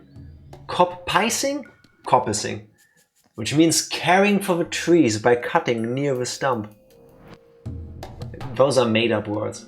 Yeah, it kind of does sound like it. Like, no one ever uses those words. you know, this is gonna sound really hurtful to people who do forestry for a living, but someone went like, yeah, I take care of trees for a living. And then somebody else was like, you're dumb, you take care of trees for a living. And then the poor soul who took the pride and joy out of her work started to make up really fancy words. Yes, I don't work in the forest, I work in the copse. And not, That doesn't make sense. I need to go look after the trees. No, I'm going to go coppicing. But a copse is a group of trees. Yes. So you can't go, I work with cops. Yes, you can. I just did it. Nah, that doesn't work. Quite sure you can't use it that way. I'm sorry, language police Tifa has been activated. If it's not Fuck-san returning, I don't want to hear it. We have forgotten about its existence. Its existence. Arguably, Joy is better. What? It's a matter of preference. No, she isn't. Joy's like at the bottom of the list. Okay, true, the street fighting lady one. Okay, that I can agree with. See? So, again, Tuesday. So it means you cut down the tree at the stump. Oh, and the stump grows into new sprouts. Okay. Similar to pollarding, we just cut off the top branches and it grows new sprouts. I'm not smart enough for plant words. I feel like this whole line of discussion is pollarding into all the new words I'm learning today. What have you done, Dark Lord? I feel like I am standing in a literary corpse. So loquacious. Thank you. Appreciate it. Me and Sean, we went all around the Jagger Lake but didn't find anything. We tried to light up the pond, but we're going to have to wait until the sun is up. Okay, thanks for your hard work. The women are making some miso soup, so please rest up and have some. Mion-chan, do you know where they usually park their bicycles? No. They probably parked them at the bottom of the stairs leading up here. I don't think they'd come up while carrying them. We can't find the bicycles. Where'd they go? If we left on the bikes, we could have gone pretty far. Not every villager might be a new person, by the way. Maybe even as far as the town. In that case, we'll have to look outside of Hinamizawa. By the way, who first noticed that Rika-chama was gone? Ah, it was Kei-chan. He suddenly had a hunch. No, that Maebara kid, huh? He's a little suspicious. Speaking of which, why hasn't the Maebara family shown up when we're in a crisis like this? That's a very good question, actually. Perchance, exactly. Maybe it's because Mommy and Daddy Maebara are busy drawing porn. Well, I think the press A had already answered your question. The Maebara still haven't joined the town council, so they're not in the youth group's phone directory. Really? Well, ain't no helping it then. Huh? They joined, didn't they? I think it's just that the name isn't in the directory yet. Last time we were updated was at the beginning of the year. We just moved in here, so that's why they aren't in on it. But Maebara kid's hunch is still suspicious. I do say the first one on the scene is the most suspicious. Where did he go? Some walking toward the pine trees. Can someone go get him? And they all need to get slightly different voices because there's a whole bunch of villagers because everybody loves Rika. Conveniently, I saw Keiichi and Reina walk back towards us. They look like they just get busted making out. Yeah. Kei-chan, where did you go? I was worried you disappeared too. I know he had a talk with Reina in the woods, but I forgot what it was about in chapter 2. I don't recall. Sorry. It looked like nothing had happened to Keiichi. If so, that's fine. That means I took care of all my enemies. No, talking about enemies. Oh my. I knew I smelled something good coming from over here. I'd be much obliged if you'd allow me to have some. I heard the loud, sticky voice of a middle-aged man. It was Ooishi. What's a sticky voice? And I don't think I ever heard a voice that I would consider sticky. I do not think so. Maybe one that you can't forget. Like yours. Like you feel like you hear it all the time. Like yours. But that's because you do hear it all the time. Cloying? Yes. Without looking up a definition of what cloying means, yes.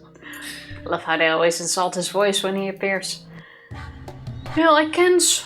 Yeah. I'm not sure what he actually sounds like, but I can imagine that if it's someone you really dislike, I think we have heard him before though. It's like the worst thing ever. Am I stupid? Where's the voice there? Second one. Oh yeah, it's the one I muted. Duh. We definitely have heard him before. Are you all ready for Ishii voice? おやおいしい匂いが漂ってくると思ったらこれはぜひご評判に預かりたいですね It's a bit sleazy. Not sticky. Kind of a little bit slimy, like... Nah, I disagree. I could... Cheeky, I would say. Yeah, but also like he would like to sell me a car, but isn't quite as good as he would like me to think. Yeah. Yeah, that's what I mean with slimy. Fair enough. Disrespecting my boy Rishi. Ooishi is great, don't worry. That's the guy who's totally salty. Jack isn't that salty, no? I'm trying not to be. Buy my car, it has air conditioning. And then in like this like 90s font and colors, like air conditioning. In the word font. Yeah.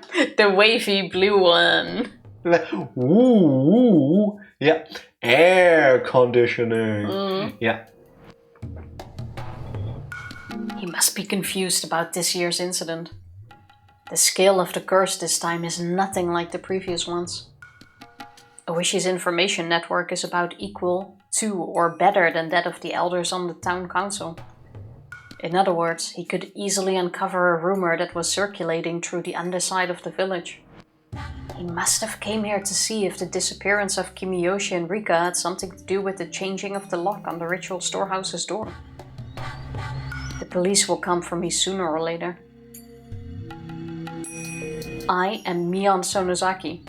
By removing all of the heads of the 3 families, my enemies, I have become the head in their place. I can't allow Mion Sonozaki to continue existing. I'll have to destroy the existence of the head of the Sonozaki family. When I destroy my own position, that is when my revenge will come to an end. I was going to actually ask, so now that you believe, now that Shion believes she has taken care of everything and she has become the curse, that means she has to end herself, right? Well, that's where the suicide in chapter 2 comes in play. You think that's gonna be why she does it? To be like, yeah, my job is done, goodbye, cruel world. I'm just not 100% sure why she aims for Keiichi. Because Keiichi hurt the entity Mion, I guess. Probably because he mentions Satoshi again in some way. That could also be. That's enough. More than likely, I'll have Ooishi witness my final moments. My eyes and Ooishi's met. Damn it, he thinks I'm suspicious already. Yeah, for about the last 17 years. How old is she at this point? Well, he has good intuition. You're right, Ooishi. I did it. Mion Sonozaki, the head of the Sonozaki family, is the culprit.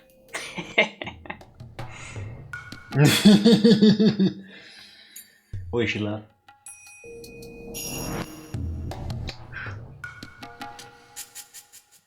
Alright. Tips? New scene? Tips. I didn't expect the end of the chapter yet. Is one of them gonna be how she murdered Satoko? Notebook, page 195. Rika Furude. Nah, the tips would be too short to go into that. She was the head of the Furude family, but she never even appeared at the most important meetings. Even if she did show up, nobody would ask for her opinion, so it never really mattered if she was there or not. A legend in the Furude family says that if their firstborn child is a girl for 8 generations in a row, that 8th girl will be a reincarnation of Oyashiro-sama. Wasn't it 7th? No, 8. Also in that case, if it is a boy and you don't want to get rid of the chain, just swap babies. Either, I was thinking just raise the boy as a girl or swap babies, yeah. But raising the boy as a girl does not change anything. The chain is broken. Well, swapping the babies also breaks the chain. Fair enough. Wait, I have a really dumb idea. Who is Rika? Let me guess. Reina is actually What if? part of... That is your idea? That Do we Reina know? is part of the Furude family? Have we seen the parents? Have we seen the parents? With Satoko... Yeah, I was just joking. Either you have become predictable. Preemptively, I'm using it on myself. We You have not haven't seen Reina's parents. Thank you. Because... But we know that they exist. Yeah, and? If babies are swapped... Yes, I'm assuming there's 2 pairs of parents. No, we're not even going in this. Are you ready to let the thought go? No, I'm holding on to it. But it's fine. But yes, most people have parents. At some point at least, yes. According to Takano-san's research, Rika Furude is very likely to be the one. Surely she must be an important icon in the cult of Oyashiro-sama. The true believers are devoted to her.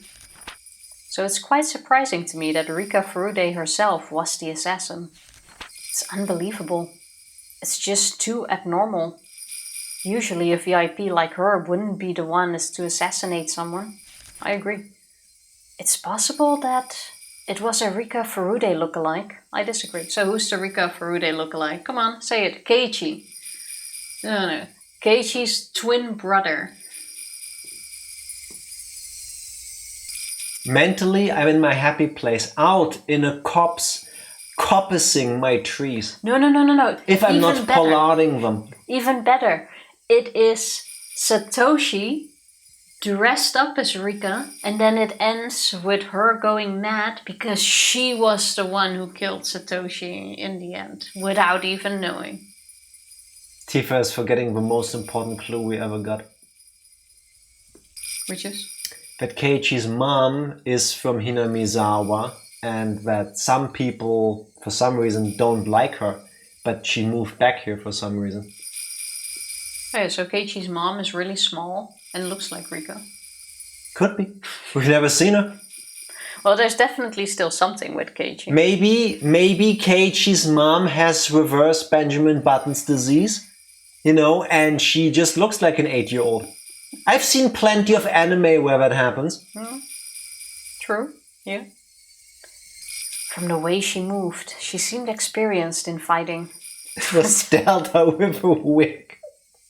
Yes. And if you don't get that reference, you're lucky. Consider yourself lucky. It's not normal that a small girl like her would jump me without faltering. I just got lucky because I had a stun gun. Thanks, Kasai.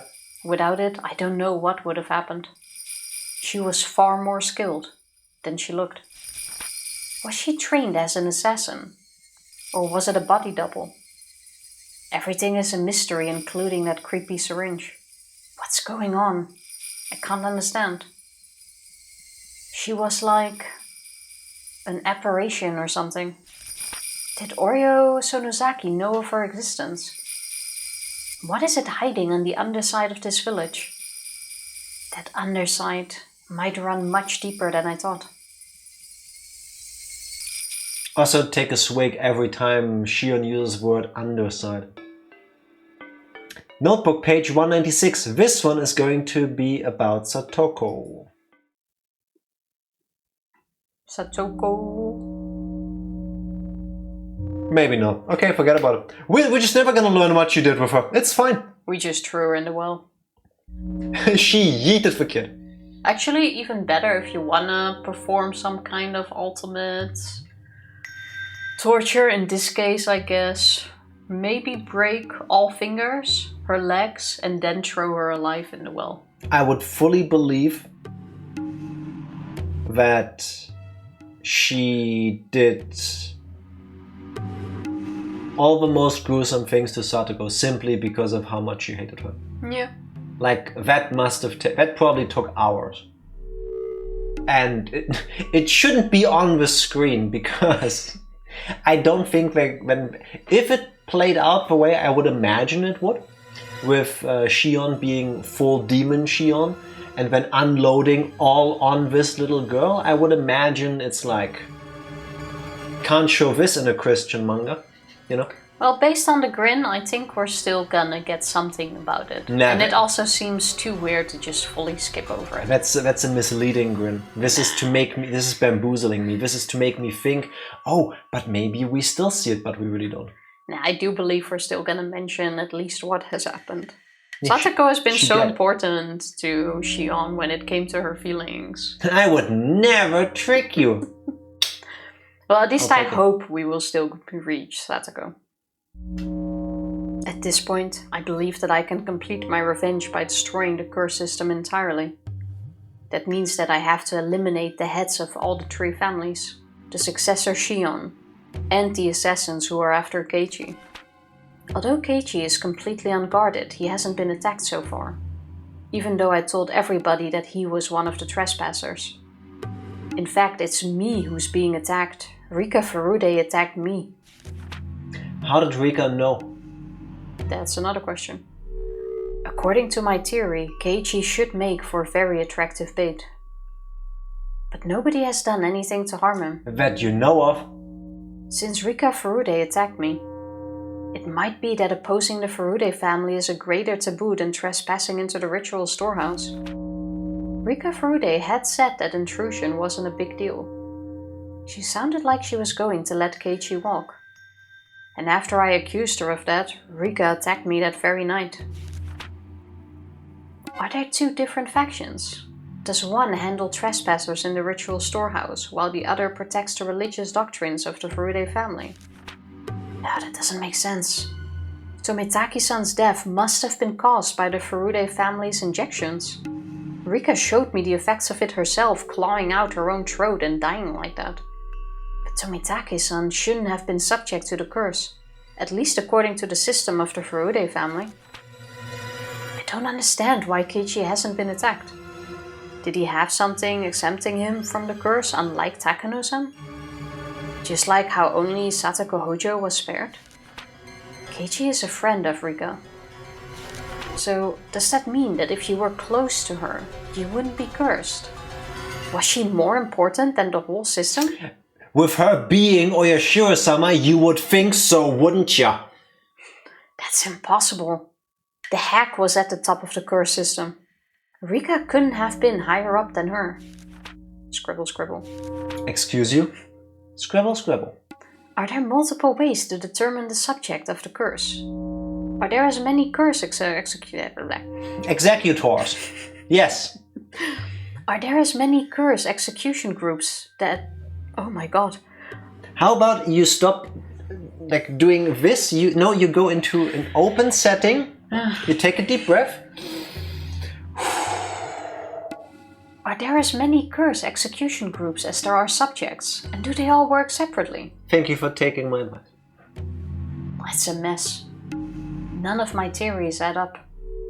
If I mess up my reasoning, I might make the wrong person the target of my revenge. That's the beautiful idea. Just kill everybody. That's also very sweet. You will definitely get the true people who did this. The true targets? The true... What's the word I'm looking for? The true cursors. The true masterminds? Yes. I don't understand who the enemy is, or how Satoshi-kun was made to disappear. How much did the hack know? That really was a huge loss. I have so many things I wanted to ask her. I killed her by accident. Shit. In that respect, I've already failed in my revenge. The underside of Hinamizawa really does run too deep. Scribble, scribble. The whole page is blacked out with scribbles.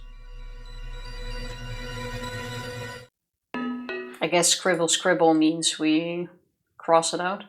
Possibly. I would still laugh my ass off if Oreo wasn't actually dead before she got thrown down the well. She was just really, really God tier level at resisting torture. Oh, Shion could also have been really bad at checking a heart rate. That's not as easy sometimes as you think. The checking the heart rate and for breath, yes, that I could put on Shion. Actually, wait, the lighter thing was enough proof if you ask me. But resisting being burned in the face, that's like CIA level shit. Yeah, but that's why she's definitely dead. Even if you're unconscious, you would respond to that.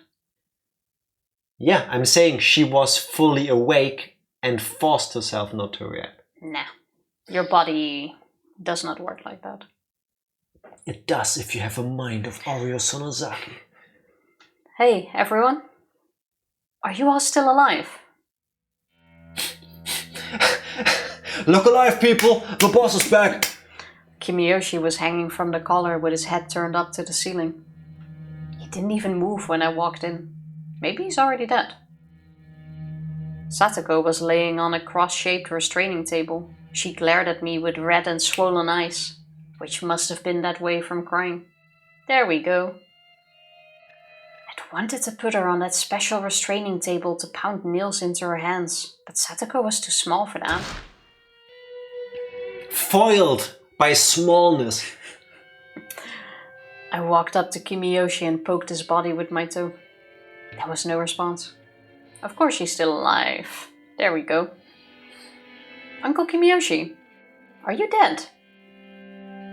Murderer. Murderer!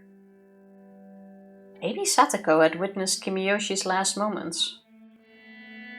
I took a thick knife from the wall and stabbed Kimiyoshi with it. There was no response. Uncle Kimiyoshi?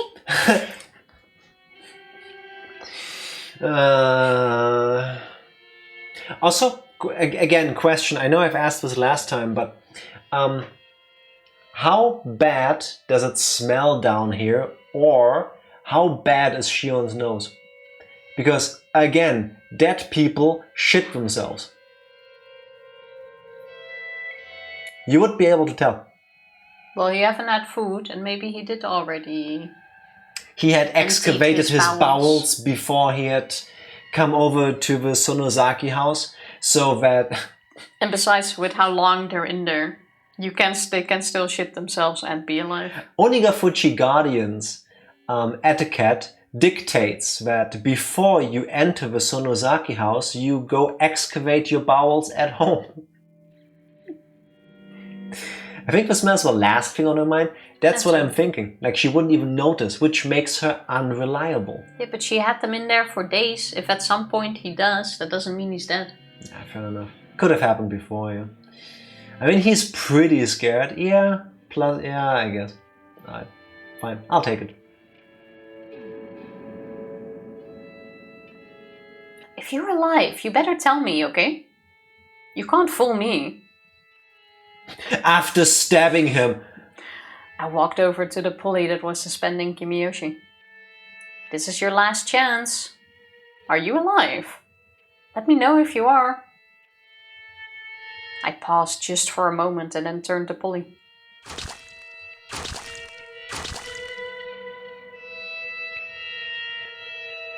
Kimiyoshi's body swayed strangely in the air. It looked much more like a corpse like that. Shion-san, why are you doing this? Ah, I get it. The door to the huge cave was still open. I bet Satoko had talked to the one in the cell while I was gone. That's how she knows my name. Although that's actually not my name at all. No, I'm not Shion. I'm the real Mion. The one you all thought was Mion is Shion. It's kind of confusing, huh? If you don't get it, that's okay. Me in the recap earlier, basically. How dare you? How dare you kill Rika? I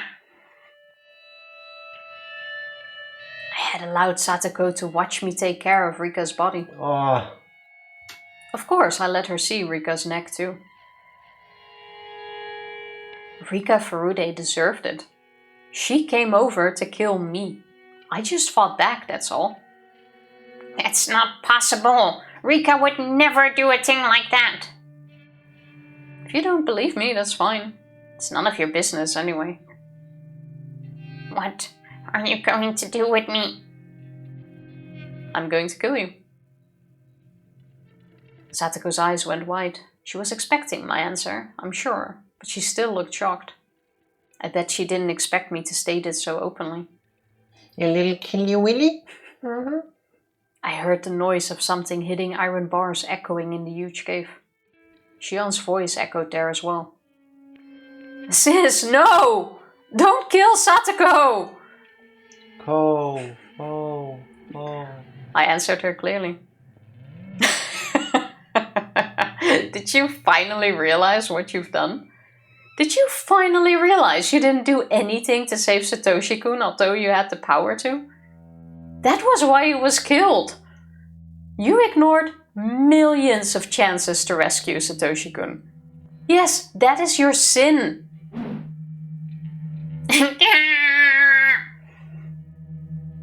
Before even finishing my sentence, I stabbed Satoko's right arm. Her blood started to flow out. This was nothing compared to what happened to Rika Furude. I twisted the knife into Satoko's arm. She bit down hard, crying. Stop! Don't kill Satoko! Let her go! I don't care what you do to me, but please let Satoko go. Why couldn't you say that for Satoshi-kun? It's too late now. I was the one screaming like you back then. But no matter how loudly I screamed, it never reached him, spared him, or saved him. I want you to go through the same thing I did. I stabbed Satoko's arm repeatedly, but the knife kept hitting her bone. Didn't feel like I was cutting any of her flesh. Probably had a scrapey sound too. Kinda glad I'm not alone rewatching this. Yeah. Satoko is still the best character. Not loving this chapter now. Stop! Mion, stop! Sis, stop! Okay, Shion. How about this? I'll tell you how you can save Satoko. Apologize to me 1,000 times. I'll let her go when you're done. How about that? I don't tell lies. If you really apologize 1,000 times, I'll keep my promise. Well, how about that? I'm sorry.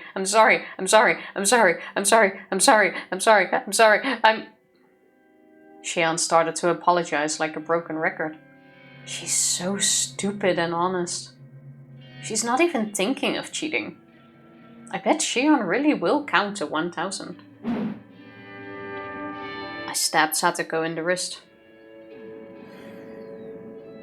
There, I felt something hard. I guess I either crushed her bone or scraped it. Must have been extremely painful for her. I wonder at what point Satoko would just faint or lose consciousness. Hopefully sooner rather than later, because nobody deserves to go through this. That's actually one of my favorite scenes. It Grrr. will make sense after. Okay, take your word for it. Satoko screamed.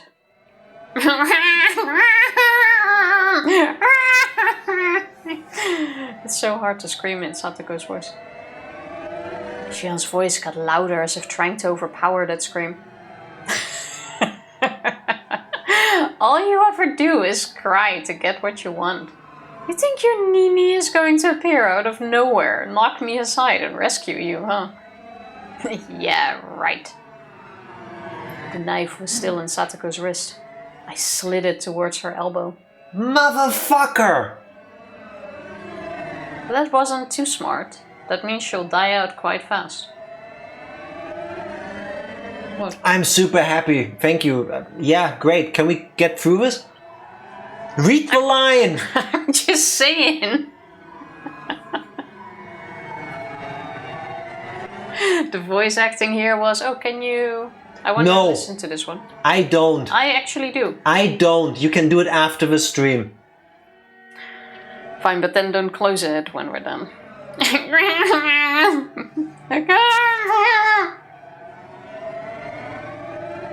Shion. Satoko, can you hear me? Hey, listen to me. I slapped her face several times and made her look at me. Do you know what you've done? Do you know how your very existence is what cornered Satoshi-kun? Nini! Nini! That's right. That's all you did to him. Every time you cried, Satoshi-kun protected you. But have you ever considered what kind of a burden you were to him? He wasn't some superhero. He was just like you. He was just a normal human being.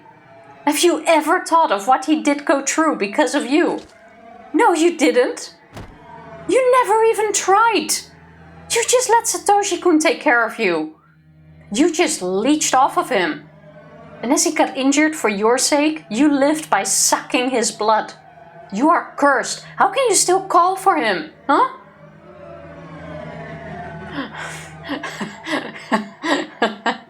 You are now going to pay for your sin. With my help. Cry as much as you want. Scream as much as you want. And realize Satoshi-kun will never come for you. You cornered him. You made him disappear. You killed him.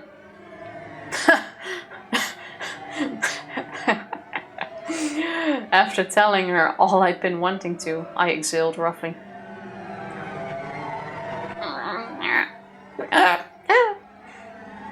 What's this?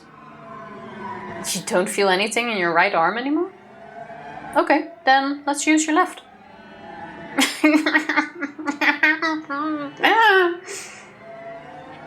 I stabbed her left arm repeatedly and her blood flowed out. But Satoko's reactions weren't fun anymore. She didn't cry or scream like she did before. It put me in a bad mood, so I stabbed the back of her left hand and twisted the knife again. But Satoko still just moaned. She didn't scream anymore. What's the matter? Why are you stifling your screams in protest, thinking that I was enjoying your cries? That's great! Satoko was unfazed by my mad laughter. She looked at me with gritted teeth and resignation. Yes, I think that's the truth. Huh? I cornered the Nini. That's why he disappeared. I've known that ever since the day he vanished. I wasn't strong enough. I depended on Nini. I'm sure it was hard on him too, but I couldn't stop. You are absolutely right about that. I have no excuse. Satoko didn't sound as if she was mocking me or trying to please me. She spoke so naturally. That's interesting. I never realized you were aware of what you'd done. Nini is coming back. He will come back someday. And when he does, I'm going to show him how independent I have become. I don't need him anymore. I won't hide behind him anymore. I'm going to show him that I really can live on my own.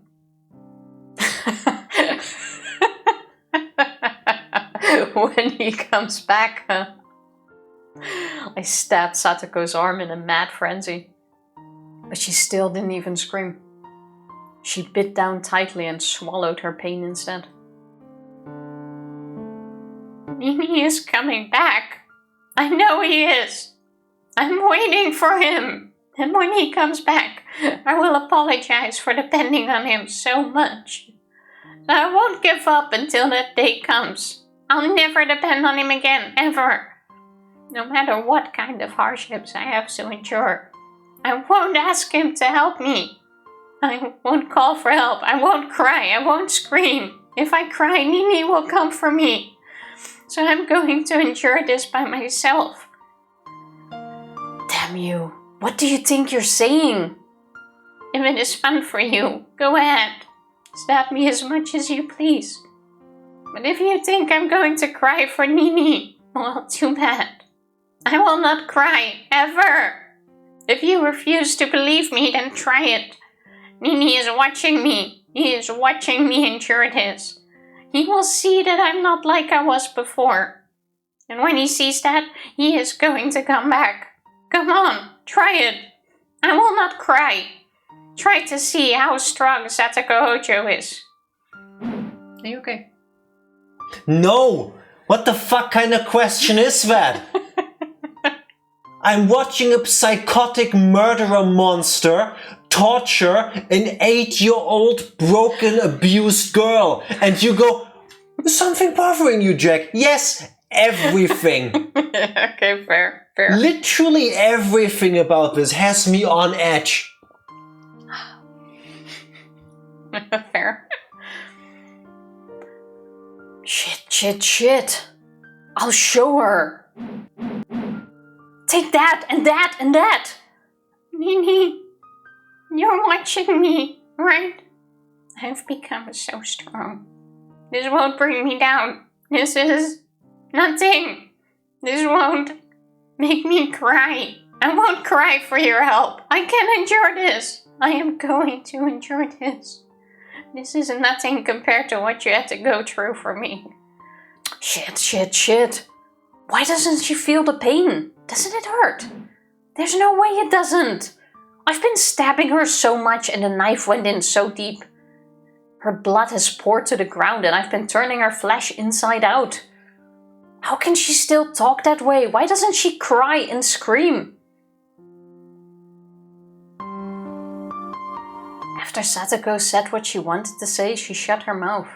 She didn't say a word after that. No matter how much I stabbed her, twisted the knife, tore at her and ripped out her flesh, she didn't even make a sound. What in the world is this? This isn't the Satoko I know. Satoko was never as strong as this. If Satoko was this strong, she wouldn't have been a burden to Satoshi-kun. Why wasn't she as strong before? It's too late. Everything is too late. This idiot maturity came far too late. her blood made my hands slippery and I dropped the knife. Kind of feel like throwing up, actually. Flashback to chapter 3, same mindset during her uncle's abuse. Mm-hmm. Yeah.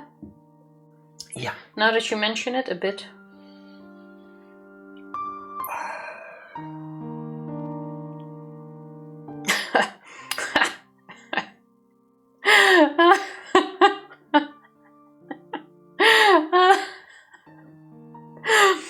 I was covered in blood from head to toe. Satoko was still enduring the pain. She was enduring this cruelty so she could display her strength. I couldn't defeat Satoko. I couldn't crush her strength. Satoko had achieved her goal. She had become independent, so she didn't need Satoshi-kun anymore. She still believes Satoshi-kun will come back one day. She looks forward to a day when she can show her brother how strong she had become. But Satoshi-kun hasn't seen any of that. Instead, I, who never even thought that Satoshi-kun would come back, was the one who witnessed her strength. What was I thinking? I thought Satoshi-kun was dead. No, I assumed he was. Why did I? I never even thought of waiting for him. I did believe he would come back. I didn't wait. I tried to avenge him, but I guess what I really did was forget about him. Satoko is different. She never even thought he was dead. No, maybe she did a little. But even so, she waited. She waited for a day when she could show him how much she'd grown. She waited patiently. What about me? I didn't do anything. I wanted to forget about my sadness, so I tried to find my enemy. I became a demon using revenge as an excuse so that I didn't have to think like a human. I lost. I couldn't endure the pain of waiting for Satoshi-kun, so I chose to become a demon. In other words, I got rid of my soul, the soul that loved Satoshi-kun. In other words, I got rid of Satoshi-kun himself. Satoko won. While she had been gritting her teeth before, her mouth had gone slack. Her eyelids were half shut, but I could see her eyes a little. They looked like she was dreaming about something happy. Oh, now I'm actually crying.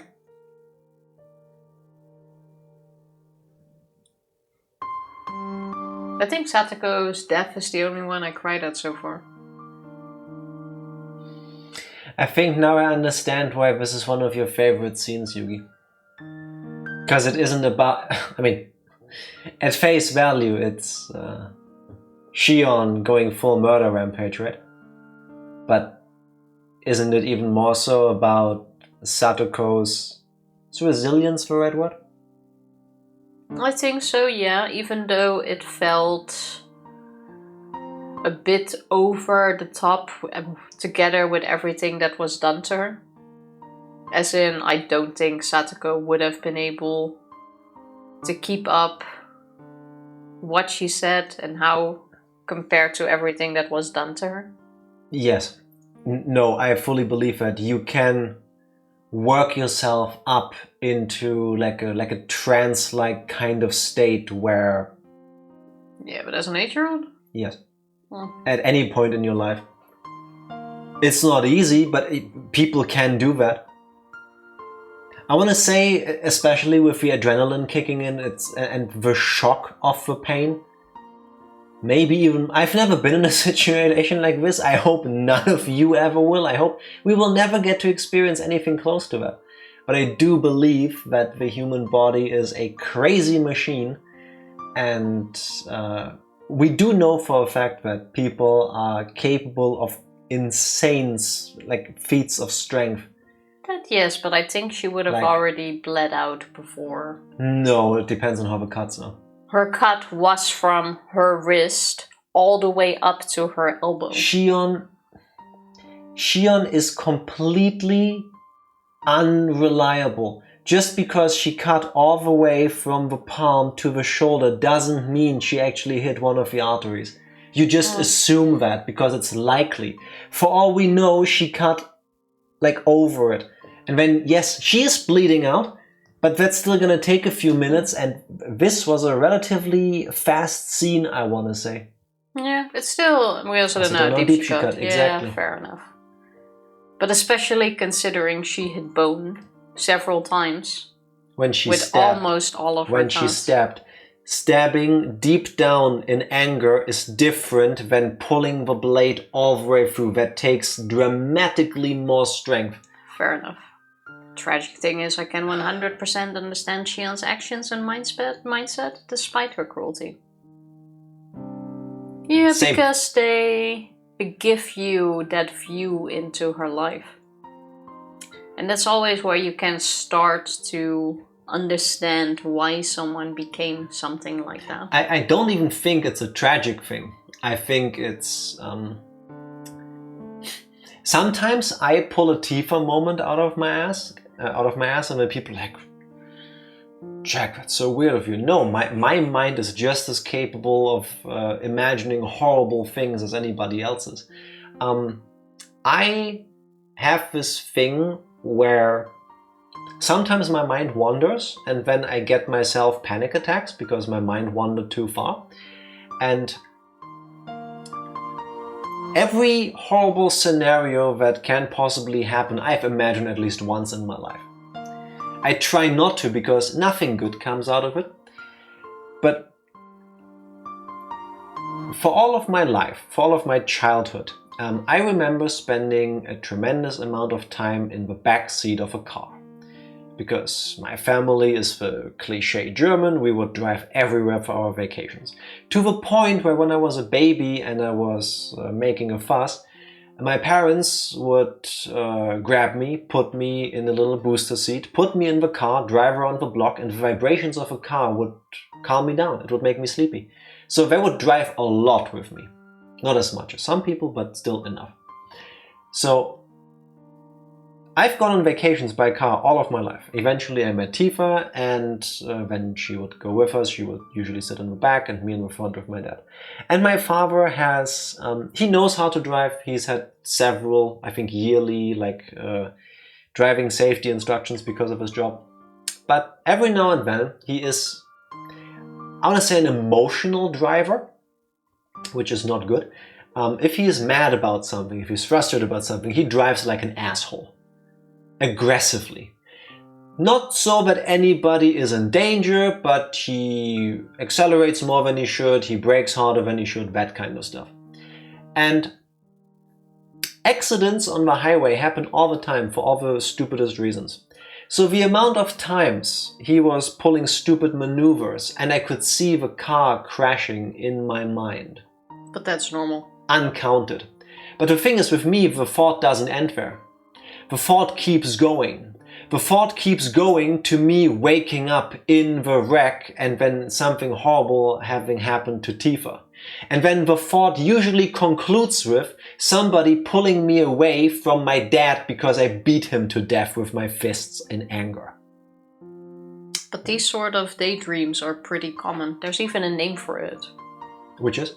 I don't remember. No. We have had this discussion before. So it's the type of daydreams where you see your entire family being killed, whether you're doing the killing or not. As and opposed I'm to gonna one go of with those this. passive assholes. Yeah, kind of. So why am I telling you this? I have thought about doing things in a fit of rage like Shion has here. I don't think I ever would do them. I pray I never find myself in a series of situations where my mind breaks down to the point where I throw out all reason and I don't care about what happens to anybody. But have I had those daydreams where I've done exactly this? Yeah, I have. All it takes, I want to say, is somebody to lose something they hold dear. And it can be anything. Usually it's a person. You know, grief can destroy a person. And Is this all played up a little bit for dramatic effect? Yes. Yes, it is. But do I fully believe that somebody, a cliche, but still a hormonal teenager who grew up in these super shitty situations? Because I don't imagine growing up as the daughter of a Yakuza boss is a great idea. It puts you in the vicinity of violence that I don't think anybody should be in. Could I see something like this actually happen? Yeah. If you grew up with violence, then you're used to it. You're desensitized. Everyone has a limit. I could only find maladaptive daydreaming right now, and it's not that. But I saved a video on it, I'll look for that at a later point. But it doesn't take away the fact that this scene was very strong and powerful. Yes. But I also really love Satoko, so that is one thing. Most people are scared to let themselves be controlled by their demons. Yes. Yes. I think it's important to understand that maybe you do have some of it in you. I think everyone can imagine themselves going there, but a lot of people have a limit on until where they go. And that's kind of what makes the difference in between you becoming a serial killer. Yes. And just a human being who can get mad, but knows where this border is that you don't overstep. Yeah. Yeah. Like, if I get really mad, I slam a door, you know? It's like, it annoys my neighbors, but... Growing up in a Yakuza family where you have to apologize by pulling out your nails makes that border very hard to see, I want to say. It pushes the boundaries. Yeah. Yeah. Yeah. Like, there's a lot that is... You have your own torture dungeon in the basement, yes. Basically. It changes things. Like, yes. I think Shion's unique upbringing is what creates her cruelty and indifference to violence. Yes. Because everybody in my family does it. Everybody in my family does it. The only one who doesn't is my sister, but she's stupid, right? Like, she didn't save the boy I had feelings for, so fuck her. My dad has made an empire out of it, or he's part of it anyway, and he's taking care of these things. Kasai has done I don't know what, and he's one of my best friends. He does everything to me. And he's a nice person, despite these things. So, clearly, just because you've done these unspeakable things doesn't make you a horrible person. Like, it just spirals in every way, you know? Yeah, but that's exactly it, Psycho. Having the capacity for violence, but just not acting on it. Yes. Yes. Because I do think every human has the capacity for violence. Yeah. Every single one. But you can choose whether you give in to that. Yeah. Shino's also been the subject to a lot of unjust cruelty and indifference just for being born too. So that type of behavior is normal to her. Yes. Yeah. 100%. From the earliest age. I want to say with at least 90% of murderers, serial killers, or just in general the bad people, there's always a backstory behind it. Where you can go like... That's when it started going wrong. It's very rare that somebody has a perfect life and at some point just gets up one way and was like, I want to see what a person dying looks like. Yeah, that's why I'm saying the 90%, because I also believe you do have... Purely evil people? Just the purely evil people that are just genetically wired in a different way. When they do the documentary series and the 90-year-old neighbor with the iced tea and the cookies in the interview goes, yes, the neighbor's son was always a bit weird. I remember distinctively watching him skin a few neighborhood cats. And then it's like... Since he was 2. Yeah. he always picked up the dead birds on the road. And it's like, okay, so everybody knew this child is already in need of a safer environment. Yeah. Like those I count to, I do believe that's more common than you think. Those I count to the 10% of people where you don't need a sad sob story to go like, I get it. Yeah, some people are just born evil. Somehow. I don't know what it is, but some people just get born into the world and they're like, no, I want to kill, I want to break, I want to destroy. Yeah. We are 98% chimp. Maybe that's why I like bananas so much. Part of it at least. It's in my DNA. That must be it. That's what I love about Higurashi. The way the characters act makes sense. Yeah. And again, because I think I mentioned that last stream. This clashes so fucking hard with the beginning of the first few chapters, where Tifa was like, I find this game really boring. I don't care for more board games. Yeah, I understand they have to set... It's not that I don't care for the board games, it was just extremely slow. Yeah. Nothing happening. And I do understand you want to flesh out the happy life they had and the But characters. it wouldn't hit the you as hard personalities. in contrast. The contrast wouldn't be as stark if it wasn't this flashed out. I'm not sure if I needed the whole of chapter 1 for that. I'm just glad they didn't repeat all of it. Because it started picking up after that. Yeah. But then because you already had that, you didn't need it anymore in the other chapters. Exactly. Yeah. Sometimes when you build up a big pile of justifications and qualifications, it breaks down from underneath you and the gravity of your actions come back to haunt you. Especially if you kill several people. Yeah, true. On a much smaller scale that more people, I think, can relate to, it's like you have a colleague or a family member or something, and they do something that annoys you, but you don't tell them. You're just silently annoyed. And then you see them again, and then they do something else that annoys you, and you still don't tell them. But now you have two things that annoyed you. And over time, that ball of yarn keeps getting bigger and bigger, and at some point you resent this person. And if you ever get the chance to speak to them about this, you will probably just explode. Because it isn't just that, they don't even know probably. They're just like standing there like... Yeah, because you never told them. And now you're really pissed because now they also slurp their water in a weird way, so you unload and you dump onto them weeks, months, years of grievances, and they're like... But to you, it's a whole thing. Yeah. This times a million. I will say the question arcs are way more interesting on a replay, so you can recontextualize your initial thoughts. Fair. Okay, fair. Yeah. I don't think I would replay it anytime soon, once we're through. I think I'd sooner read the manga. Yeah, the bits we've seen from Dark Lord are pretty good, actually. Assuming, I mean, Dark Lord is so nice to keep us updated with like posts on how the manga does it and sometimes the differences. Thank you for that. Much appreciated. But also, I don't know if the anime of a manga does the game full justice. Apparently it's good. You keep recommending it to us. But I don't... It's different. It's an adaptation. You know what I mean? So I don't know if all the little things that if I were to replay from chapter 1 that I would now see and find are in the anime of a manga. Well, it would probably be different. I mean, no other choice with how long this runs. Yes.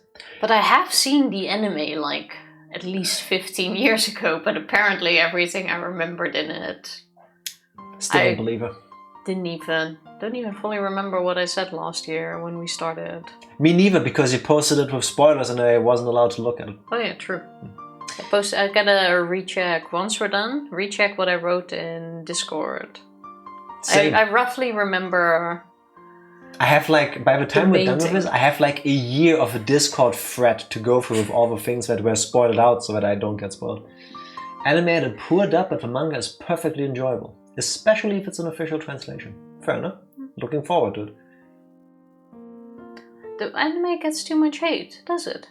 I thought it was always quite popular. Well, it omits some details. I figure in a story that is hinging on so many minute details, a lot of people would get really mad if you leave some of them out. Fair enough. Especially, I do not know that, but especially if you feel like my favorite character got the short end of the stick. You know, because you left out one detail and that just makes me feel different about it now. Fair enough. Skinner, congratulations on being first. Nice. Don't think the dub is bad, but the original Japanese voice actors are the best. That's 99.9% of the case, that's always the best. Yeah. There's only a few where I think that isn't the case. But when I think back, that's also pure bias because it's always the animes, or like at least 2 of the animes that I have like grown up with as a kid. And I only know them in Dutch, like Pokemon and Dragon Ball. Yeah, fair. That's the only ones where I've seen them in English and then was like, no, this does not sound Yeah. as good. Watching dub, I do it and I do it proudly. Sometimes I just don't feel like reading the subtitles. And sometimes I listen to the dub and I like the voices better. I only I'm watch super dub selfish like that.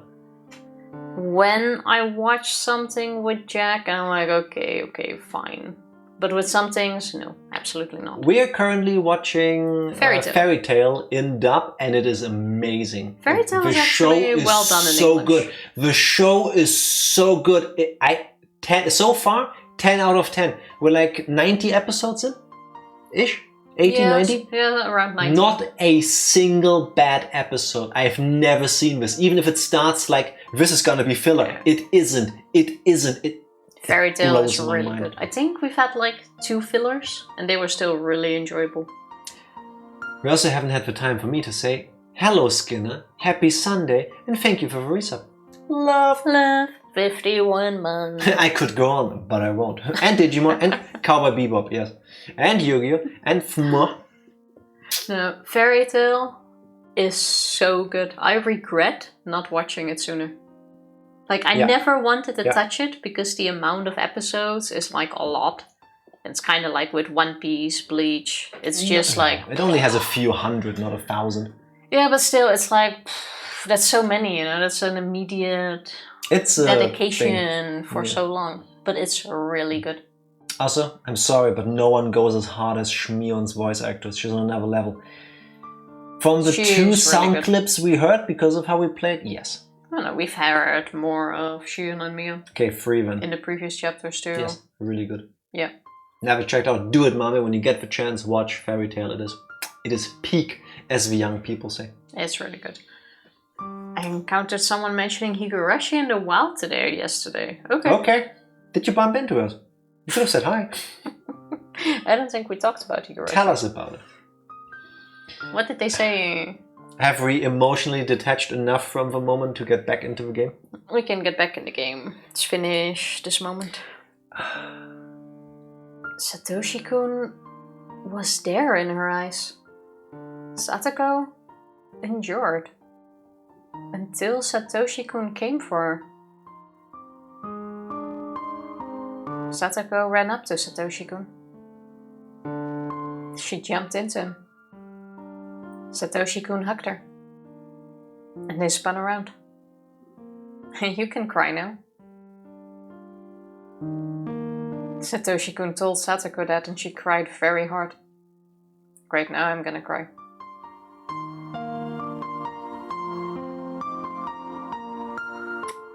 I see you're crying too. Close. Satoshi-kun rubbed her head so gently. We'll be together forever, he said, and continued to rub her head so gently. So gently. Satoshi-kun, I was waiting for you too. What meaningless words. He was already dead inside of me.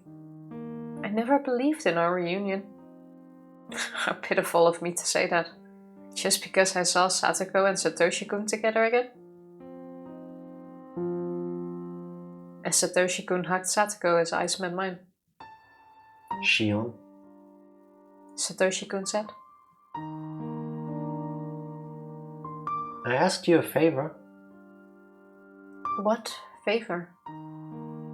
To take care of her. I tried to remember. What kind of favor did Satoshi-kun ask me? Satoshi looked at me so sadly because I couldn't remember. That sad look tore my heart to shreds. I'm sorry, the moment is too tender. Read it again, but the way it's written. That sad look tore my heart to shreds. That's exactly what it She said. keeps saying hearts. Heart. Oh, heart.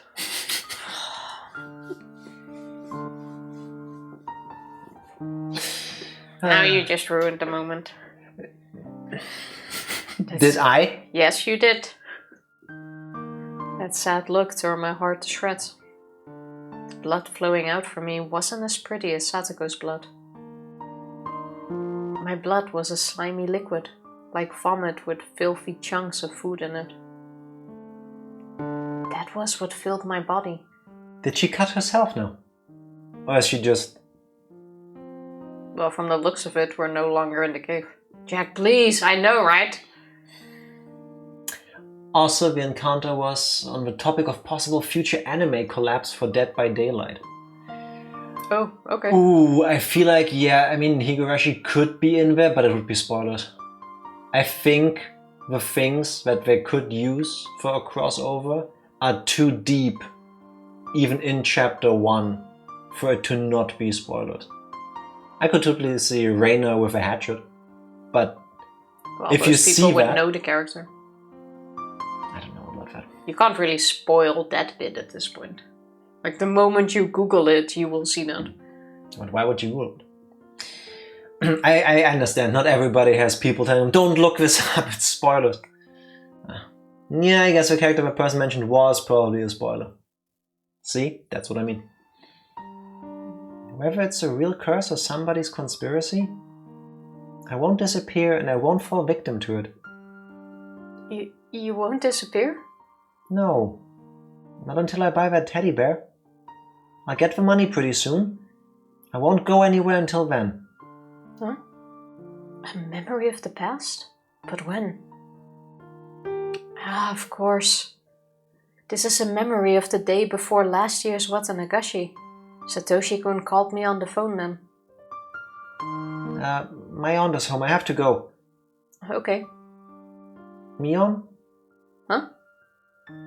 His aunt was home, so I'm sure he wanted to hang up as quickly as possible. Give me the emotional nail, because I know what line is coming. Satoshi paused and spoke. I'll leave Satoko to you. She completely forgot. The one thing Satoshi asked her to do, to look after her sister. She never fucking did. Well, she did now. No, she never fucking did. I'm not saying her feelings for Satoshi were genuine, but this isn't what I think love should be. You know? I don't think she really knows what love is. Yeah, fair. All the promotional art has some with Reina with the hatchet. Really? I didn't even see that. I mean, it makes the moment you Fair will enough. Google Higurashi even to check what it is, you will see it. Yeah, fair enough. Like, that's not known. Not even sure you guys would know the spoiler at this point. Don't know anything about her future story, but I at least don't remember hearing the character's name as Big Bad during your streams. Better not mention it, yes. Alright. My knees and elbows started to shake. My teeth chattered and my fingers were shivering. Satoshi-kun asked me to... What have I done? I couldn't wait for Satoshi-kun to come back, so I filled myself with evil thoughts and acted as I pleased. I didn't believe he'd ever return. I even forgot about Satoshi-kun's last request. How can I say I love him? I just wanted to forget about my feelings of loss, so I made myself all bloody. How can I welcome him back now? I didn't believe Satoshi would come back. I didn't believe he was alive. I didn't think he was alive, so I thought he was dead. I believed in his death. I killed him in myself. Nobody else did. I did that. But Satoko believed until the very end. And she was rewarded in her final moments. Satoko wasn't here anymore. She had no more need for her bloody, painful shell. But I'm still here. Trapped in my bloody, tainted flesh. Going to rot inside of it. Satoshi was waiting for both Satoko and me.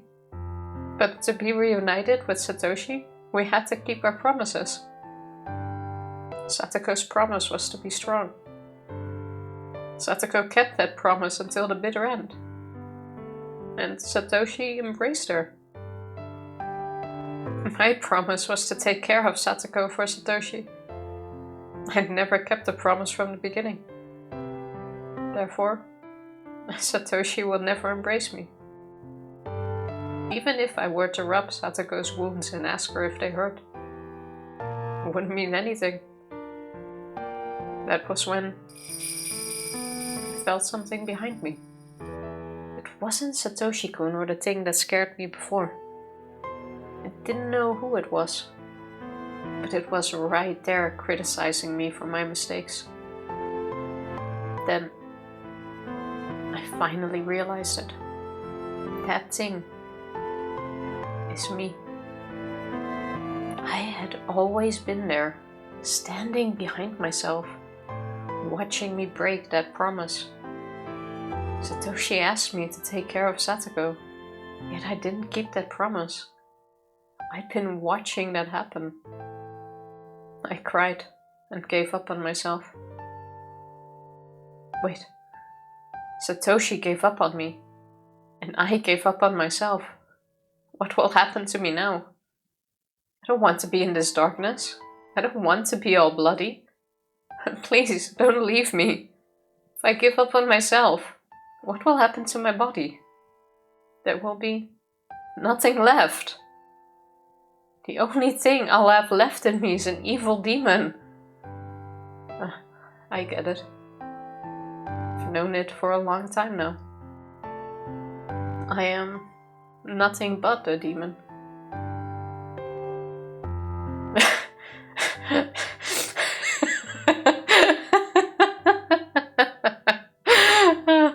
A demon doesn't feel sad. A demon's heart can never be in pain. A demon doesn't cry. Shion was still apologizing. She believed that was the only way for her to save Satoko. Her voice was growing hoarse and weak. Shion, you don't need to count anymore. Good job.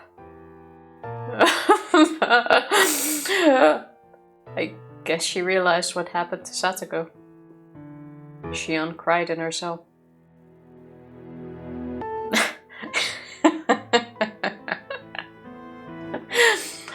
Being a demon isn't that bad, huh? I never knew how fun it would be to see other people cry and scream. I've already had plenty of fun in this human world. Maybe soon I'll kill myself and go back to hell. But don't worry. I'll make sure I kill you first. That's why I'm here after all.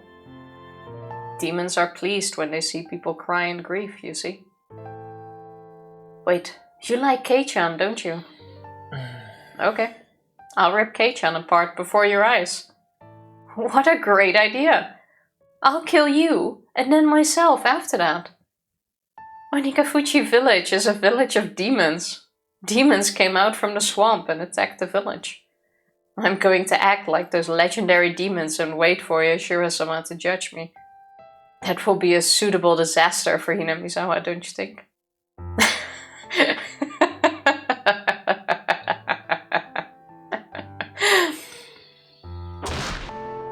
I swear this is the longest Jack has gone without saying a word in a hot minute.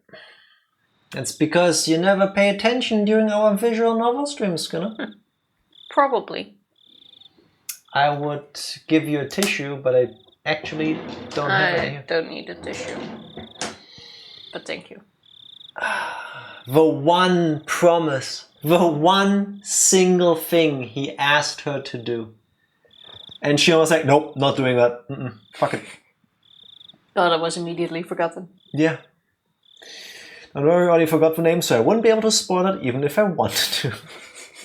Genius. That's the best. I like it.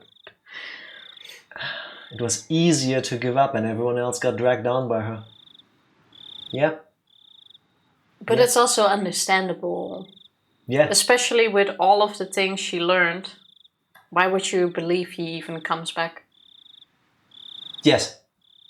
Like, the voice of reason says it's over, he's gone. Yeah. And my family probably did this. So, like, what else do I have? This is my favorite scene in this chapter, I think. I fully see why. Yeah. I want to say this entire episode so far is by far the best one. Out of all of them. I hated every single second of it. It was But I really agree. good. You could hear at some point my stomach got upset. Like, I hate this. But it's written very well. Yeah. Characterization of Satoko versus Shion in that scene is so good. Yep. It really is. Yep. I think this might also be a good moment to save, by the way. Because this is where we're going to lure Keiichi.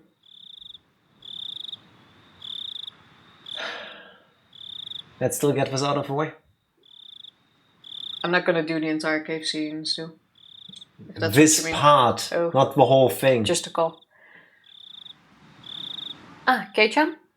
It's me. It's Shion. Hey, Shion, you sound like you've got allergies or something. Are you okay? You took a long time to pick up. I thought you weren't home and I was about to hang up. Sorry. I was just in the bath. So this is where Ooishi was on the phone with him. Yeah. Wouldn't your family pick up for you? Could your parents be out right now, Keiichi? Well, no, they're not really. Anyway, have you heard about Rika-chan and Satoko? No. What happened after that? Were they found? Nah. I haven't found them yet. Keiichi, please don't lose hope. Rika-chan and Satoko, they were kidnapped, weren't they? Yes. I don't think there's much doubt. Rika-chan and Satoko were... I'm sorry. About the mayor. What do you think happened after he was kidnapped? Do you think he's still alive? Keiichi sounded confused. He wanted to believe Satoko and Rika were still alive, which was why he was asking. Keiichi was just like Satoko. Unless the culprit was after money, the abductee would usually get killed right away. I'd never assumed they'd still be alive, but Keiichi was trying to hold on to a little hope. I could feel his strength. It was much greater than mine. I'm a demon, so I didn't come up with an excuse. I think he was killed. Hey, wait. That was abrupt. I think it must be really hard to kidnap someone and keep them like they are. As long as they're not hostages, it would be most practical to kill them once you were done with them. Kill them? So readily? I mean, what's a human life for two anyway? It's a horrible thing, but that's probably what happened. If a mayor was killed, then did that mean the same had happened to Rika-chan and Satoko? No, that couldn't... They weren't some random old man. It was Rika-chan. It was Satoko. They couldn't kill them so easily.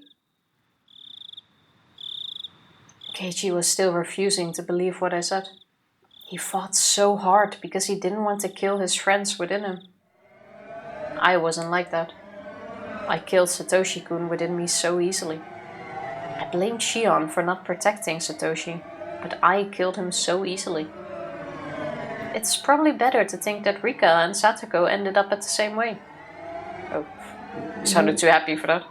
Yeah, a little bit. I But didn't. then again, now we know that's a demon speaking, so, I'll take it. I didn't see the end of the line yet. I need to drink something first. That's where he starts crying, right? I think so, yeah. No! Keiichi roared. Well, same thing. Sorry. And cried. It was like their deaths were physically agonizing to him. Why? Why kidnap someone and then kill them? Screw curses, are people's lives really that cheap? Erasing them and killing them without a second thought like this. You're right. You're absolutely right. It would take a demon. You sick fuck. I laughed at myself. I was sure Keiichi didn't notice. Huh? Hey, Shion? Please tell me. Why did Hinamizawa start needing someone to die on the night of Watanagashi? That's what I'd like to know. The fighting over the dam project is already over and done with. Haven't enough people been cursed already? Why is it? Why? If there's a reason, then say it now. I understand how you feel, Keiichi. I really do. The dam conflict ended a long time ago.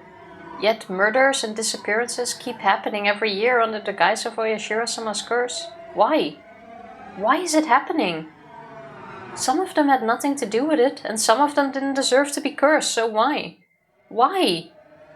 That's what I'm asking you! I want to know that as much as anyone!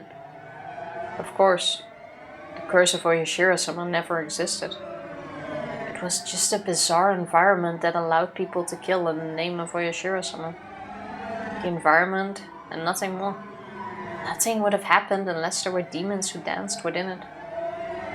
Listen, Oyashiro-sama's curse never existed. It's too unrealistic. Just like you said, someone in the village is using the guise of Oyashiro-sama's curse as a justification for continuing these murders and disappearances every Watanagashi. They were cunning. They've been using the curse as a convenient tool and made a system where they would get rid of 2 enemies in the village every year. And this year that system killed Takano-san and Tomitake-san. Then why wasn't that enough? Why did the mayor and Rika-chan and Satoko have to get killed too? I don't give a shit about the past. The only thing I care about is why Rika-chan and Satoko needed to be killed. Why is that? I didn't say a word to Satoko, you know? Why even her? Why? Satoshi-kun was speaking through Keiichi's mouth. How could I respond? I didn't know what to say. I could only feel myself being stabbed by the sharpness of those words. Kei-chan, please stop being mean. I don't have any idea what's going on either. Everything changed when we went into the ritual storehouse that night. When I heard that Takano-san and Tomitake-san had been killed that night, I doubted my ears. Then I realized it instantly. I realized what sort of a position I was in now. The 4 of us snuck in there. Kei-chan, you and I won't be so conveniently forgiven. When I thought about that, it made my chest so tight. It was so terrifying. You know that feeling, Kei-chan, don't you? That's why I confessed everything to Uncle Kimiyoshi. He wasn't mad. He smiled and told me if I was really sorry, I'd never be demoned away. He really did. Smile at me. Told me to leave it to him.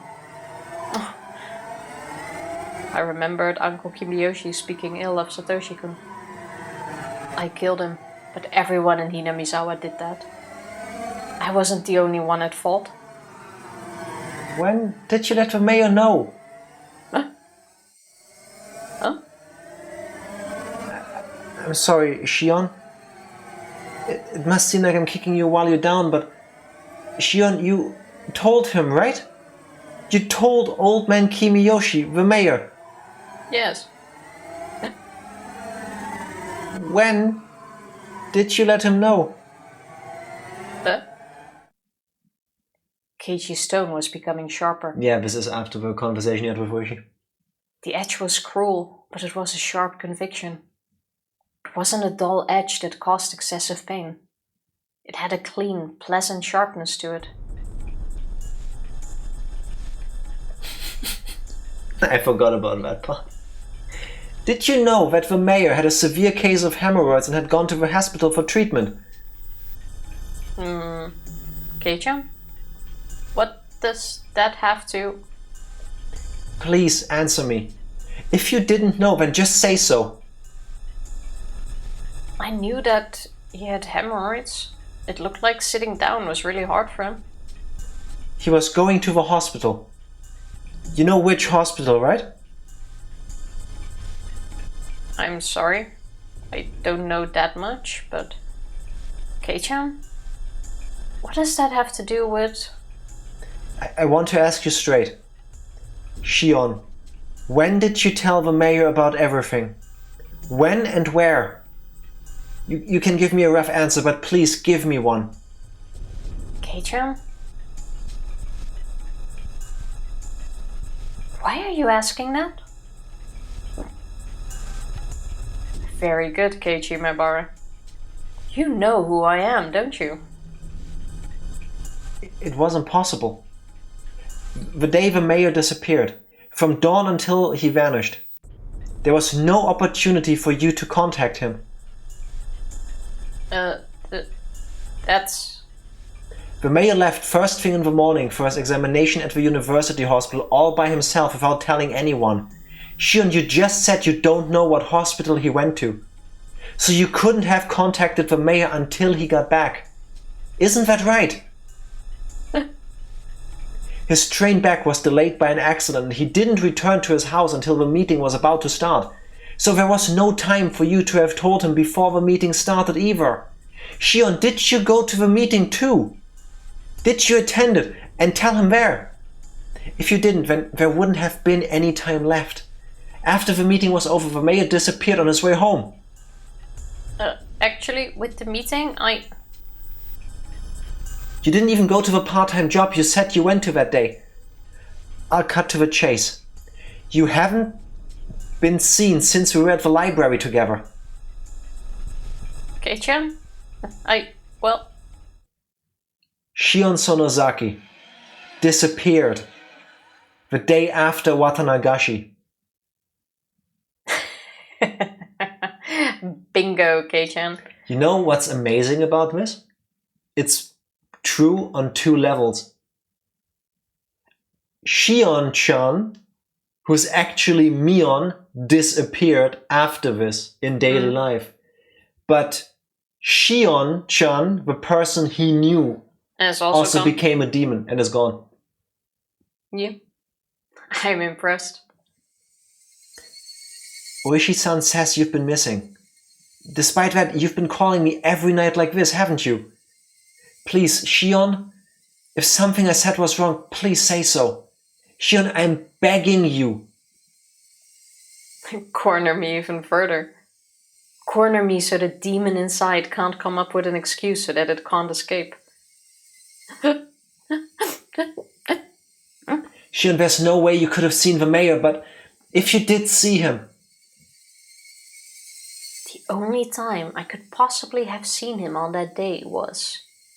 that you saw him after the meeting. In other words, it could have only been right before he disappeared, or else afterward.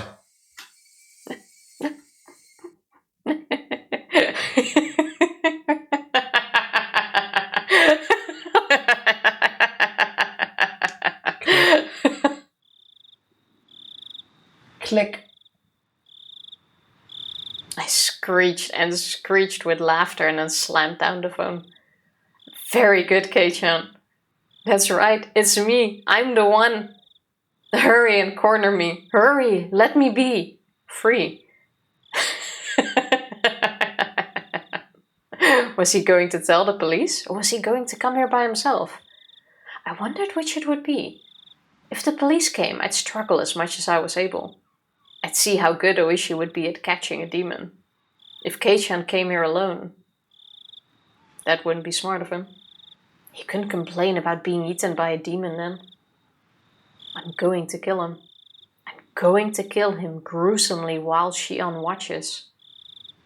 Therefore, Kei-chan, you shouldn't hold back. I only ever thought you were just a funny guy. I never thought I could expect so much from you. And then Ooishi comes in and casts gun magic on her. Pew pew pew pew. Ryukishi the GOAT! Yeah. Didn't expect that to work on multiple levels. Yeah, but it really is interesting to see it from the other side. I didn't expect any of this back in chapter 2. Well, the Mion-Shion switch, yes, we even wrote that down back then, but... Well, I was right with Not how like they're this. doing the chapter. That we're replaying it again from a different perspective. Yeah, true. I did predict that. That's true. Okay, so now we're gonna have the whole Keiichi talking with Reina and Ooishi and being sent to the house. Yeah. So we are actually nearing the end of the chapter. I hope next week we can finish that. Think you will finish this chapter next week? Yeah, about that, Psycho. Because we only... Oh yeah. Tifa only has 3 Oh wait. Tifa only has 3 streams next week because Tifa is a traitor. And that's why Tifa and traitor start with the same letter.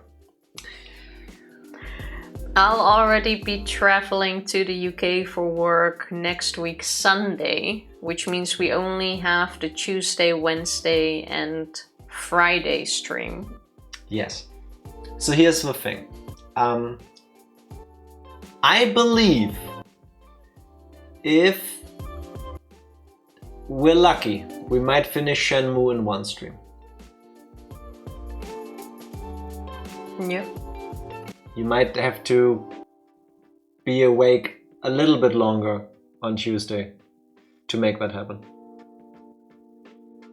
Yeah, if we don't take too long before going into the game, I think we should be fine too. No having fun, no warming up, no getting together, people. It's just stream starts, instant Shenmue 2. There's a difference in having a chat for like 15 minutes or taking an hour before starting the game. I know. Long Friday, also a possibility. Rather not if we don't have to, because Saturday morning is also going to be a really early day. We get picked up at 8, that's not early. Knowing your dad, it's going to be 7:30. No, because he's coming with my grandmother. So 7. 6! Ignore her, Tifa is being peak German right now. But yeah, possibly longer Friday. Hopefully we can finish Shenmue Tuesday. That means we also have Higurashi for Wednesday. Yeah, schedule next week is gonna look weird. It's gonna be Tuesday Shenmue 2, Wednesday Shenmue 2 / maybe Higurashi, and then Friday Higurashi. And I actually have to now rack my brain about what I'm gonna stream with Tifa being gone starting Sunday. Because I don't know yet. Maybe I'll run a poll on Discord. I'll think about it. I have a couple of ideas of what I could be doing with 4 streams to myself, because this one betrays us once again. Bonk! One of my favorite emotes. Love it. Imagine if we don't get to finish Higurashi before Tifa leaves. Well, that would suck, but it's only a week. What do you mean it's only a week? It's only a week for the climax of the entire story so far. That's kind of a big deal. Yeah, I do want to finish it next week. Is that a promise to Satoshi? Well, no, but... Wow. Wow. Oh, I hated this stream. It's made me feel things. This is still a really good episode. Yeah. Did you expect it to get this good when we started playing the game? Well, obviously not. I would have dropped it before I even got to this point. Sorry for asking, Tifa. I was trying to have a conversation with you, but thanks for participating. No, but with how often I've said I wasn't a fan of chapter 1. She could have just said yes and we would be over with this whole part of the conversation. No, I've said it before and I'll say it again. If I if I read this alone, I would have dropped it in chapter 1 already. Around the time they explained the 3rd game they were playing. I'm not sure if it would be around then, but... On the 2nd. Don't use his name in vain lest Shion get you. I think I'd rather have Oyashiro-sama get me at this point. My question is, how does Keiichi see Shmion at the end? Is that just his mind? Is he really just hallucinating that? Because with what we know... In the hospital, you mean? Yeah, because 100%. With what we know now, it does make kind of sense if Shion lures in Keiichi, she tortures him a little bit, then she gives up for reasons we will learn, and then she kills Mion, dumps her into the well, because that's where one of them was found. Then she commits suicide. Then she goes to stab him because the curse still needs to happen, right? And we're this far in for a penny, in for a pound to stab the fuck out of him. And then, thinking now that her journey is over and Oyashiro-sama's curse needs to die, with her being the head of it all, she jumps off the balcony. My ultimate question is, when will she learn that Kasai is part of the execution squad? Because that has to still come back. It has to be Kasai. It has to be that extra twist of a knife in the kidney. We're not gonna get that in this chapter. There's no point where that could be brought up. Because when Mion returns back to the room, we do hear from Kasai that she's having some sort of mental breakdown because she's arguing with herself. He hears her talking through the wall with what he believes is Mion. We heard an associate, that's probably Kasai, though, yeah. I'm quite sure that was Kasai who mentioned that. Wasn't mentioned. Before she dies. That's why the confusion came in, like, oh, did Mion kill her? Did Shion kill her? Who actually died? Who did what? It's convenient when it's twins and they both sound the same too. So, yeah. It gets confusing for everybody. Mental breakdown, where she talks to dead Mion in her head or something before she jumps out of the window and ends it all. Yeah. Plus with the whole concept of Mion is the one that the good stuff happens to, Shion is the one that the bad stuff happens to. It makes sense why she would even talk to herself using the two names. I don't think there's a moment here where we learn that Kasai might have something to do with it. And I also think for the answers in this chapter, that's not important. True, Satoshi is missing in every chapter. We will learn that later. You know what would be the ultimate fuck you move? What? Chapter 8 ends. However it ends. It doesn't matter for what I'm about to say. It ends. The credits roll. And then there's an after credit scene.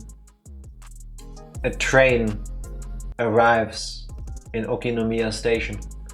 And a blonde boy gets out of the train. That would be so painful. And then it turns out this isn't even Satoshi. No, it is. No, that would be even better. Oh my god, no, I can make it worse. A young blonde man gets out of a train at Okinomiya Station and then solemnly walks down to Hinamizawa because the quarantine has been lifted, and he places a teddy bear on a certain grave. Scene, fade to black. I would cry so hard. That would be quite rough. Like a certain sequel? Final Fantasy? Possibly, but I don't know which one. Oh! Well, I can't say though. Oh, wait. Yes, I know which one. Yes, I do know. Not telling because spoilers, but yes. I found that so weird, Berger. Well, I say well, but... Use your words. What do you want to convey? I have nothing to follow up on. Tifa did the mental knee slapper. So, I think it's time for me to leave. It's been fun. It's time to get the credits rolling. It's been a Tja. War ein schöner Abend, Leute. Was a nice evening, guys. It's time we head out. She didn't say anything, but her whole body like moved in the way to yeah. Beautiful, Tifa. Beautiful. Or as we say in the Netherlands, isn't it time for you to go home yet? That is peak Dutch. Very straightforward. Wonderful. I'm waiting for you to say the end off. I don't have anything. This stream was too emotionally draining for me to have any happy, funny send-offs. It was beautiful. Yes, it was. It was disturbing. It was deeply painful. And it was beautiful. Yep. All of that. Press the button, Tifa. Pressing the button. Thank you everybody for Higurashiing with us. We'll be back on Tuesday with hopefully the end of Shenmue 2 if Tifa can play well enough. We'll see you then. Bye. Thank you, thank you.